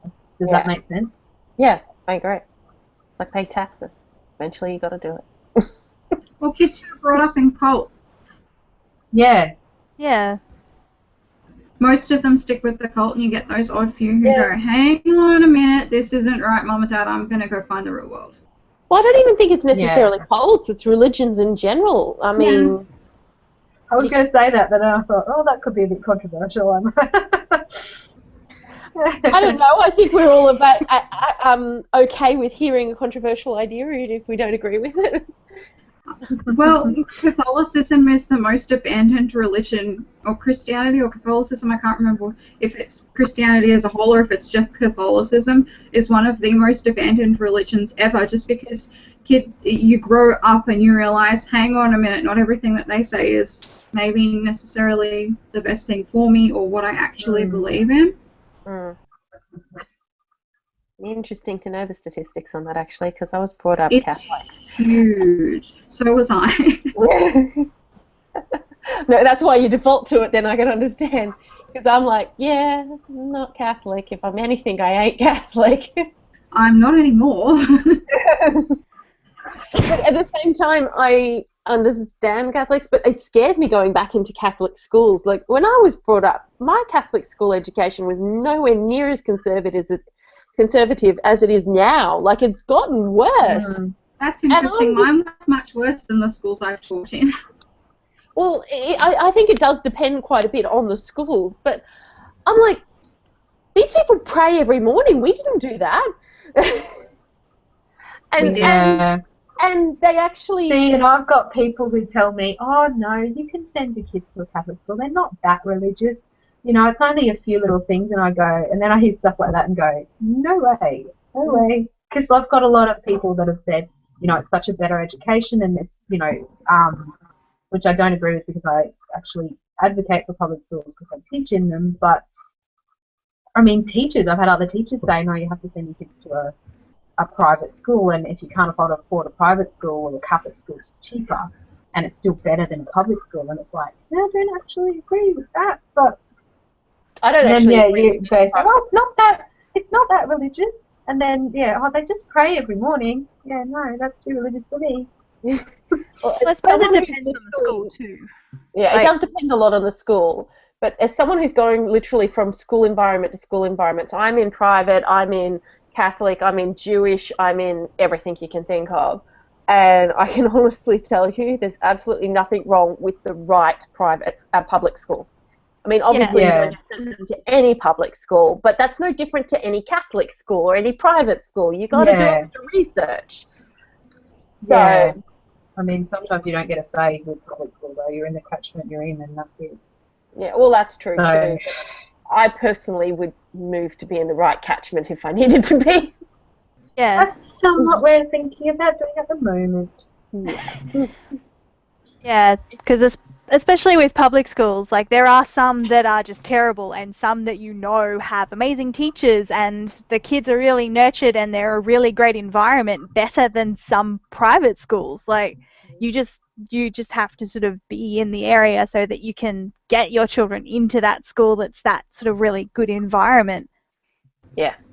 And if your child has any kind of special needs, you pretty much have to go to a public school as far as I'm concerned, because what I've heard, a lot of the private schools don't have that about special needs because they don't have to. They can go, sorry, you don't need to come here. Yeah. Especially behavioural special needs. Yes, definitely.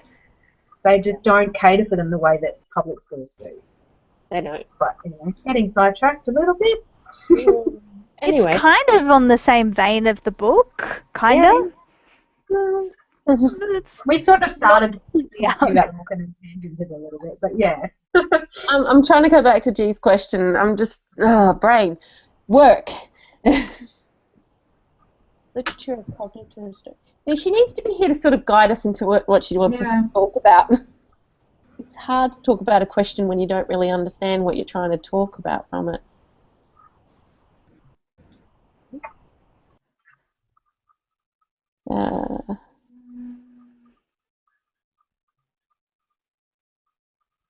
Well, I think we've covered most of this, even if we didn't address it directly. I think a lot of it we've actually talked about. Yeah, addressing unfamiliar things as if they were familiar is the main gist of it. And we did talk about that a fair amount. So, anyway, hopefully that'll do it for you, G. Sorry, G, if it doesn't. You can always ask us questions. I did read that and go, I'm glad I didn't do that today because that looks really hard. I must admit, as soon as I read that question, I went, gosh, I'm glad I did an education degree. It never was that complex to read, or maybe I just was trained up to it, so I understood it at the time. Yeah, I suppose that's the thing. You know, you get into it gradually, and we probably talk a lot of jargon that people not used to it would be like, "What are you talking about?" And we'd just go, "Oh yeah." Yeah. Because you've done the classes and you've learned it gradually. But yeah, I did read that and go, wow, I'm not very smart. Oh, this makes me feel really silly right now. Why? Oh no, just that I'm like the whole the question. I'm feeling a bit like I don't know where she's trying to go with that, but okay. Yeah. I'm going to guess that being part of the class itself that's teaching it probably makes a difference. Yeah, I would say so. Yeah, I'm sure they've actually talked about the theory in context, not just about the book. Yeah. Very true. But hopefully we've talked about some stuff that for her can help her out a little bit, even if we haven't said it in a way that's how she would write it. So yeah. Feel free to misquote us all. Yes. Go for it. All right, guys. Oh, Jesus, I've got like nothing open tonight. Where am I? Calendar. So next weekend, I think it's the live movie. Yes. What are we watching Yes, next I weekend? believe it is. We are The watching Monkey Magic movie. What is it? coming up. Oh yeah. Journey to the West, which Naya has told me is supposed to be awful. Because ironically, after we finished the movie last time, I went upstairs and told him what we were planning on watching next month, and he went, "Oh, I've seen that. It's awful." And I'm like, "That's good. We wanted something." He said that there's a good chance we're going to spend a lot of time mocking it. That's okay. I'm okay with that. That could be fun. That's what I think would be fun. 93% on Rotten Tomatoes. But see, I think it's one of those things that's a bit of a cult thing. Yeah. So, yeah, but he said it was awful, but that's just Nye's opinion too, so there's no saying if that's right or not. But I have the impression that it's going to be a little bit on the awful, very cheesy side. Whether we can enjoy it or not is another matter, because you can still enjoy cheese. Well, Monkey Magic in general is fairly cheesy. Yes, well, this is true. Yes, fairly. But I do wonder sometimes, though, if I tolerate it more there because it's old. Yeah. Yes, probably. Yeah, so it'll be interesting to see. Too, don't we?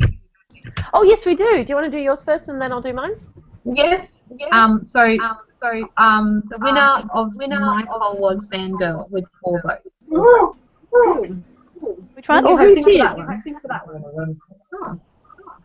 Oh, Matt voted three for that one. Fangirl. I would have thought he would have picked three body problem, but there you go. Yeah. Oh, I'm sad. Three problem didn't win, but oh well. So you should still read it anyway. So I'm happy to do a like buddy read. I did read it. Buddy read, you're on. Done deal. Three body problem. Because I really want to read it, and I have a feeling it's going to be one of those ones that is you're going to want to talk about it. It is interesting. Yeah. Okay, so I'm just opening up the survey so I can find it.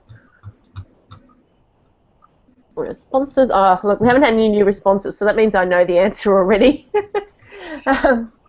So, the winners for the comics in November are Rat Queens and Nimona. Oh, no Divine. No, in fact, I think that one might have come last. No, Jim Henson's came last. So the Dark Crystal wasn't even in the running, really. It was that low. Oh, well. I voted for it. But I also voted for Rat Queen, so... Yeah. But the good thing about voting for 2 out of 4 is there's a pretty good chance that you're going to at least get one of the ones that you want. So... Because I think I voted for the Wicked Divine as my second option, so I missed out on that one. But all right, so I will set those up with new invitations for everyone, that sort of stuff. Fangirl, borrow it if you can. You reckon it's not worth buying? Maybe not. Look, it was fine. It was enjoyable. No, I'm not trying to poo-poo it for people either, because you might perfectly enjoy it. It was a perfectly enjoyable, light read, but it was very light. Very light. How will that cook? Yeah, and that can be a very good thing, so there's nothing wrong with that.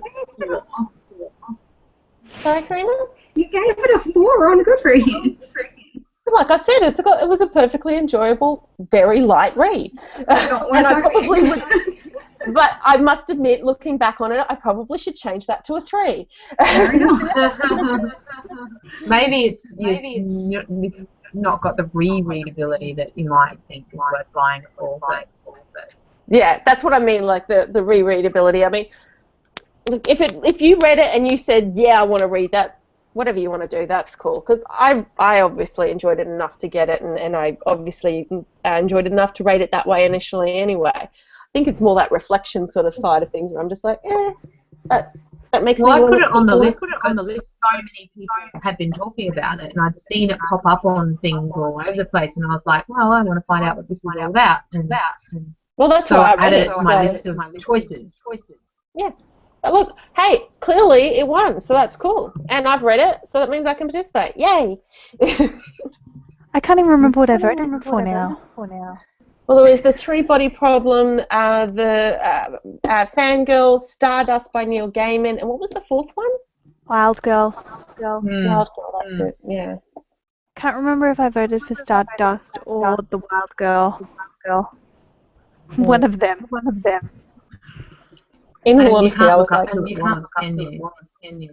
you can see yourself, like if you look at the poll, there's a little star next to what you voted for. Oh no, I voted for Stardust. Okay. Oh, see, I didn't vote in it because I thought, well, I picked, and I just I think if 3-Body Problem hadn't have been on there, I would have just stood back because the rest of them I was equally happy enough to do, so... Because I've read Stardust and I was happy enough to do that one, and the Wild Girl, I was like, I always like Kate Forsyth. But anyway, it doesn't matter. We're doing Fangirl. It's decided. That's good. I'll get that up. And I'll get the comic ones up as well. So next month one, guys, is the hangout for our Secret Santa books. Oh, that's good. So we've got a little bit until uprooted. Yes. Oh wait, no. No. Sorry, I meant next Land Down Under one. Sorry, uprooted. Yeah, I know. You're right. When is that? Because my freaking book hasn't arrived yet, and I'm starting to get cranky. Yeah. Because I ordered it on the 1st of the month, and Booktopia is still listed as in progress and not even shipped yet. Jesus. Well, it's. I might have to borrow it from the library and then just get my own copy later. Which I hate doing that when I know I'm going to buy it. It's on the. It's actually that one that I shifted to the Sunday because I am in Tasmania so much for work over the next 3 weeks. Not this week, but the week after onwards. So it's on the Sunday the 30th, and I shifted the time. Oh wait, I thought I shifted the time earlier, but it's not my calendar that way. Pretty Mine sure says 7. Yeah, that's what it's supposed to be. So 7. Like 2 weeks. That's in a day less than 2 weeks technically. Far out. To borrow the library. Sorry. I mean, I suppose we can push it out. There's no real reason we can't. No, I'm just cranky with Booktopia. Usually they vote pretty quick. Okay. Anyone else getting echo, or is it just crazy? No, just a sec. You got to tell me when this is happening, guys. It seems to be me lately. Just a sec. Is that better? Yes. Yes. I don't know why. Yeah. You can probably hear it in my voice when I start getting the echo because I keep pausing in the middle of sentences because I'm getting my own voice back and it's making me and sound it's really weird difficult to and I talk. lose my train of thought because I'm like listening to myself and I don't like it. I'm sorry, guys. I don't know what's going on with my headset. That's okay. These things happen.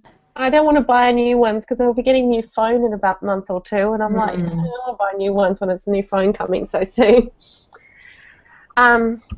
Yeah, so that's Uprooted is next, and then in September, I don't have anything scheduled until we do the Land Down Under Secret Santa books. And for the Secret Santa books, we also have the short story, The Sleeper and the Spindle, for those who want to read it.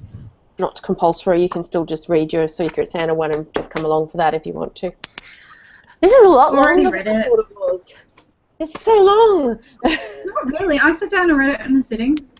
No, it's not so much that. It's just that I'm like, because I think I'm having the book hangover thing since reading Uprooted.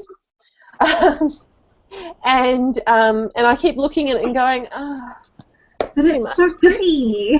I know, it's definitely pretty. I know.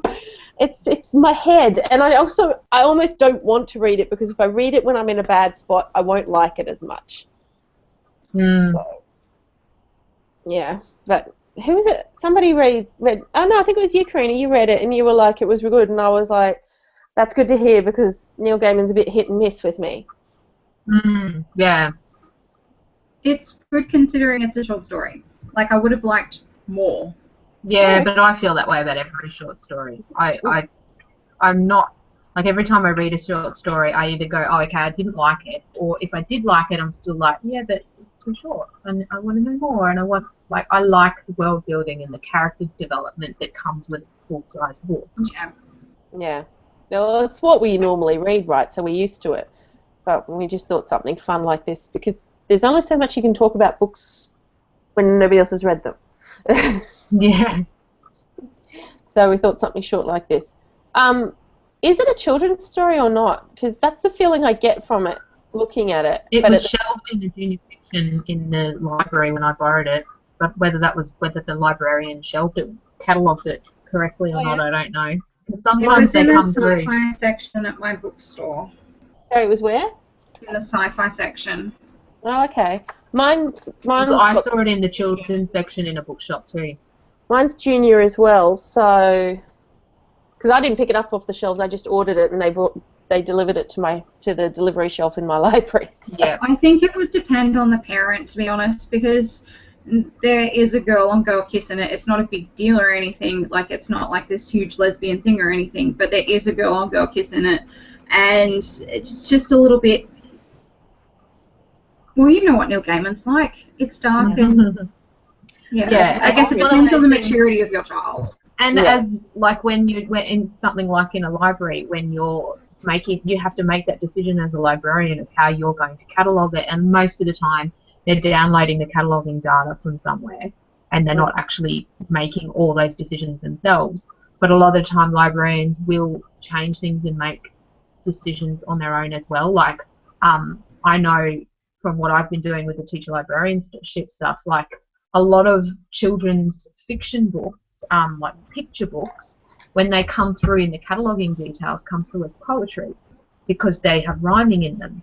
Oh. And then as a teacher librarian, you go, yeah, but I'm not shelving this over in the poetry section. I'm shelving this in the junior fiction section because it's a picture book and it's junior fiction. And you just have to use your common sense when you look at the book and go, yep, I'm not going to shelve it where it says that I should shelve it. I'm going to shelve it here instead because I know who uses my library and where it would be most likely to be looked for. And you have to think about that as a librarian, like who's going to be using the library and where are they most likely to go to when they try to find this book. And that's where you catalogue it. So that, you know, you don't necessarily stick to the rigid rules of what it's supposedly meant to be catalogued under, if that makes any sense. Yeah, that makes sense.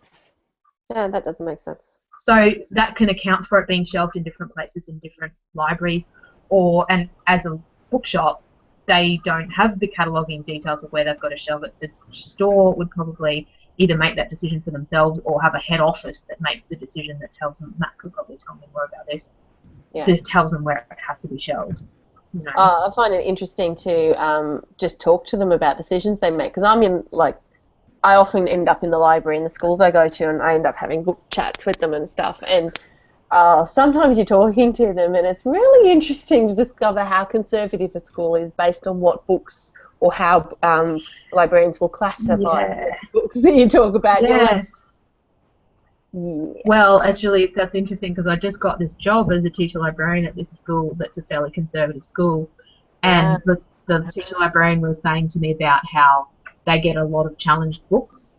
And she kind of says, oh, most of the time I just pull it off the shelves and put it out the back, and then when that family leaves the school, I just put it back out in the library again.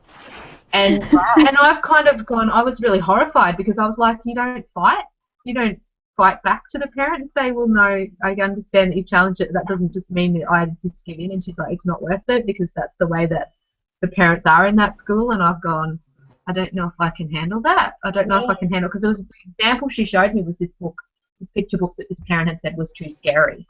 And I was kind of like, yeah, but as a parent, that's your job to make that decision and go, okay, I don't think this book is appropriate for my child. Fine. What makes you go, it needs to be removed from the library so no other child in the entire school, even if they're in year 6, can read this book because it's too scary? And it's like, well, who the hell do you think you are? I don't like this censoring bullshit, and I don't know how I'm going to cope if it happens to me while I'm there, because I'll be like, oh, I'm sorry, but too bad for you. When I was a kid, I brought home a book from my school library, not even the local library, my school library. I can't remember what it was, but it was extremely racist, like old blackface style pictures, like gollywogs and stuff like that. I bet you I know what it was called too. I'm trying to think of it. I remember we've still got a copy of this book that had been pulled out of our library, but the librarian kept it. And it was like Black Sammy or something. It's called something along those lines. It might have been something like that. But and the mother was black this and the father was black that, and I was like, oh God, this is terrible. My mother nearly had a heart attack. She marched up to the school and was like, what is this doing in a school library? Were you even aware of the fact that it was still here? Has no one taken it out since like 1970 or something? And that's the whole point of why you should be able to have a challenged books policy, where you can go, okay, this is being challenged for a reason. And most school libraries have a challenged books policy where they have like a system that they go through it about evaluating a book and whether it should be removed or not removed, and things like that. I mean, we did just about a whole subject on things like culling your collection, and you should cull your collection for reasons like things are out of date, for either out of date information wise or out of date culture wise, that it's no longer acceptable, that sort of thing. But yeah, it's the culling of things, the censoring of things just because I don't like it. That I get upset. Definitely agree on that. Oh, by the way, guys, I've got to apologise if I'm sounding a bit down, even on the fangirl book. I know I'm just a bit little on books right now, so I've gone back to reading Persuasion because I'm like, I have to remind myself I like reading. Oh gosh, was it don't you read that made you think you don't like reading? No. Okay, that's probably overly dramatic, but I'm struggling to pick anything up, anything, and it's. This is only the 6th I finished this year. 6. Okay, so I read a lot more than that. Around where Karina is, this would be book 5 or 6. So, because I've had a really bad year with trying to read the like Land Down Under or vaginal fantasy or basically anything this year. So I will consider myself lucky because I've actually finished 36 according to my challenge. So I'm not bad. Wow, that's pretty good. That's way better than me. But it's not so much. It's not. It hasn't actually got anything to do with the fact that how many I've finished this year. It's got to do with the fact that I'm not currently reading anything. Yeah. And maybe read some of those comics. Well, that's what I was thinking I might do next.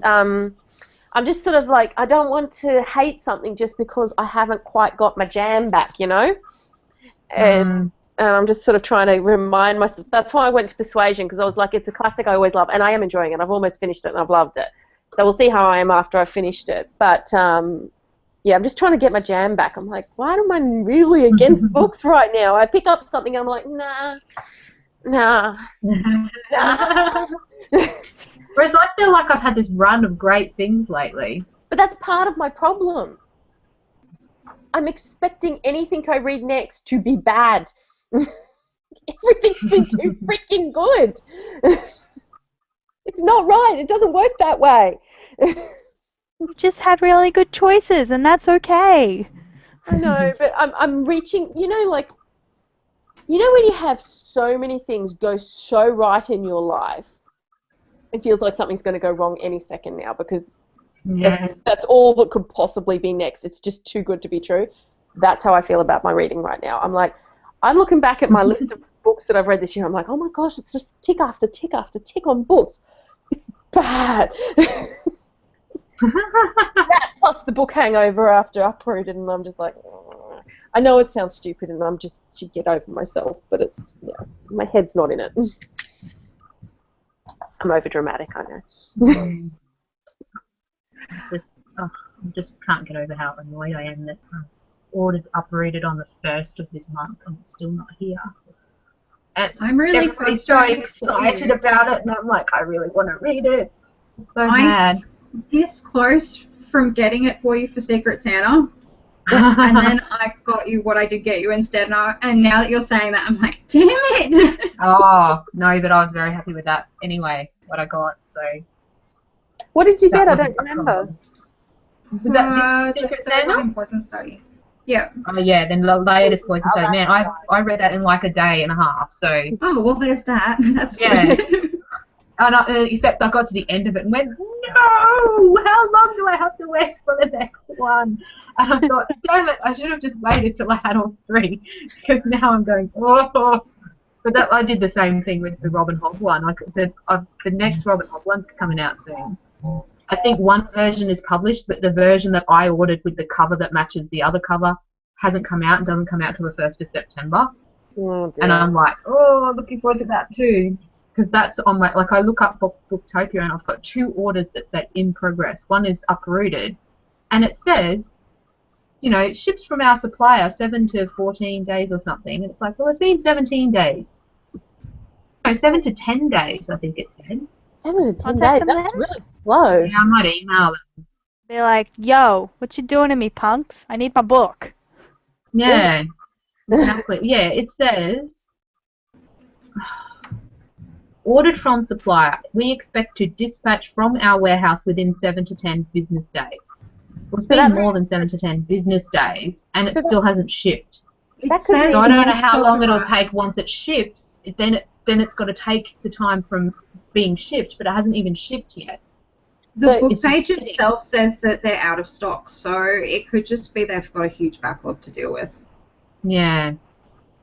Because it has been popular. Like I've been flushing it around everywhere. Go buy this book. Go buy this book. So it's your fault. You've made everyone buy it. Now there's none left. No, it's all my fault. I've been ruining it for you. Well, I just ordered it from the library, so hopefully it'll come in from the library and I can start reading it there. And then if my copy comes in, I can just send the library one back. But I don't want to miss out on it. Like I don't want to miss out on the hangout like I did with The Martian because I was too slow. At least you guys all sort of read it real quick, and I should be able to get through it quick. Oh yeah, I was trying to be slow. It was really hard. Apparently, I don't have a lot of self-control when it comes to finishing a book I'm enjoying. Yeah, I tried to make it last for like a week to sort of slowly read it. I read it in 2.5 days. Oh well. Anyway, all right, guys. That means I might have a chance of getting it there. I think there's a very good chance that you'll be fine because it's a very easy read too. It's not hard to read or anything. So. Oh, that's good. Yeah. All right, guys. So end of a hangout. Now let me go. Excellent choice. I impressed my aunt with this one, by the way. She's always trying to get me to read different things. She's like, stop reading so much sci-fi and fantasy. I'm like, this is something along those lines. Yeah. It's technically sci-fi, but it's not really. Yeah. Well, I mean, alt history does fall into the speculative fiction kind of genre. And so, yeah. Well, I would definitely call this alt history. It's because it's essentially medical sci-fi, right? That's Yeah. Yeah. But it tends to, like, especially because of the author and the way he writes and everything, tends to fall into the category that she likes, which is literature. Yeah. But yeah, she's always trying to get me to read better books. Yeah, I know, exactly. A better book is just a book you like. That's exactly what I think. But this time, because I saw her on the weekend with my uncle and everything. This time, when she asked me what I was reading, I went, and she went, "Woo!" And I was like, "Okay, good." Fended that discussion off for once. So thank you, Karina. Welcome. Glad I could help. Yeah, I was grateful. All right, guys. It is coming up to 11. Let's go to bed. Yeah, good idea. All right. I'll see you next time. Okie dokie. Bye. Bye. Right.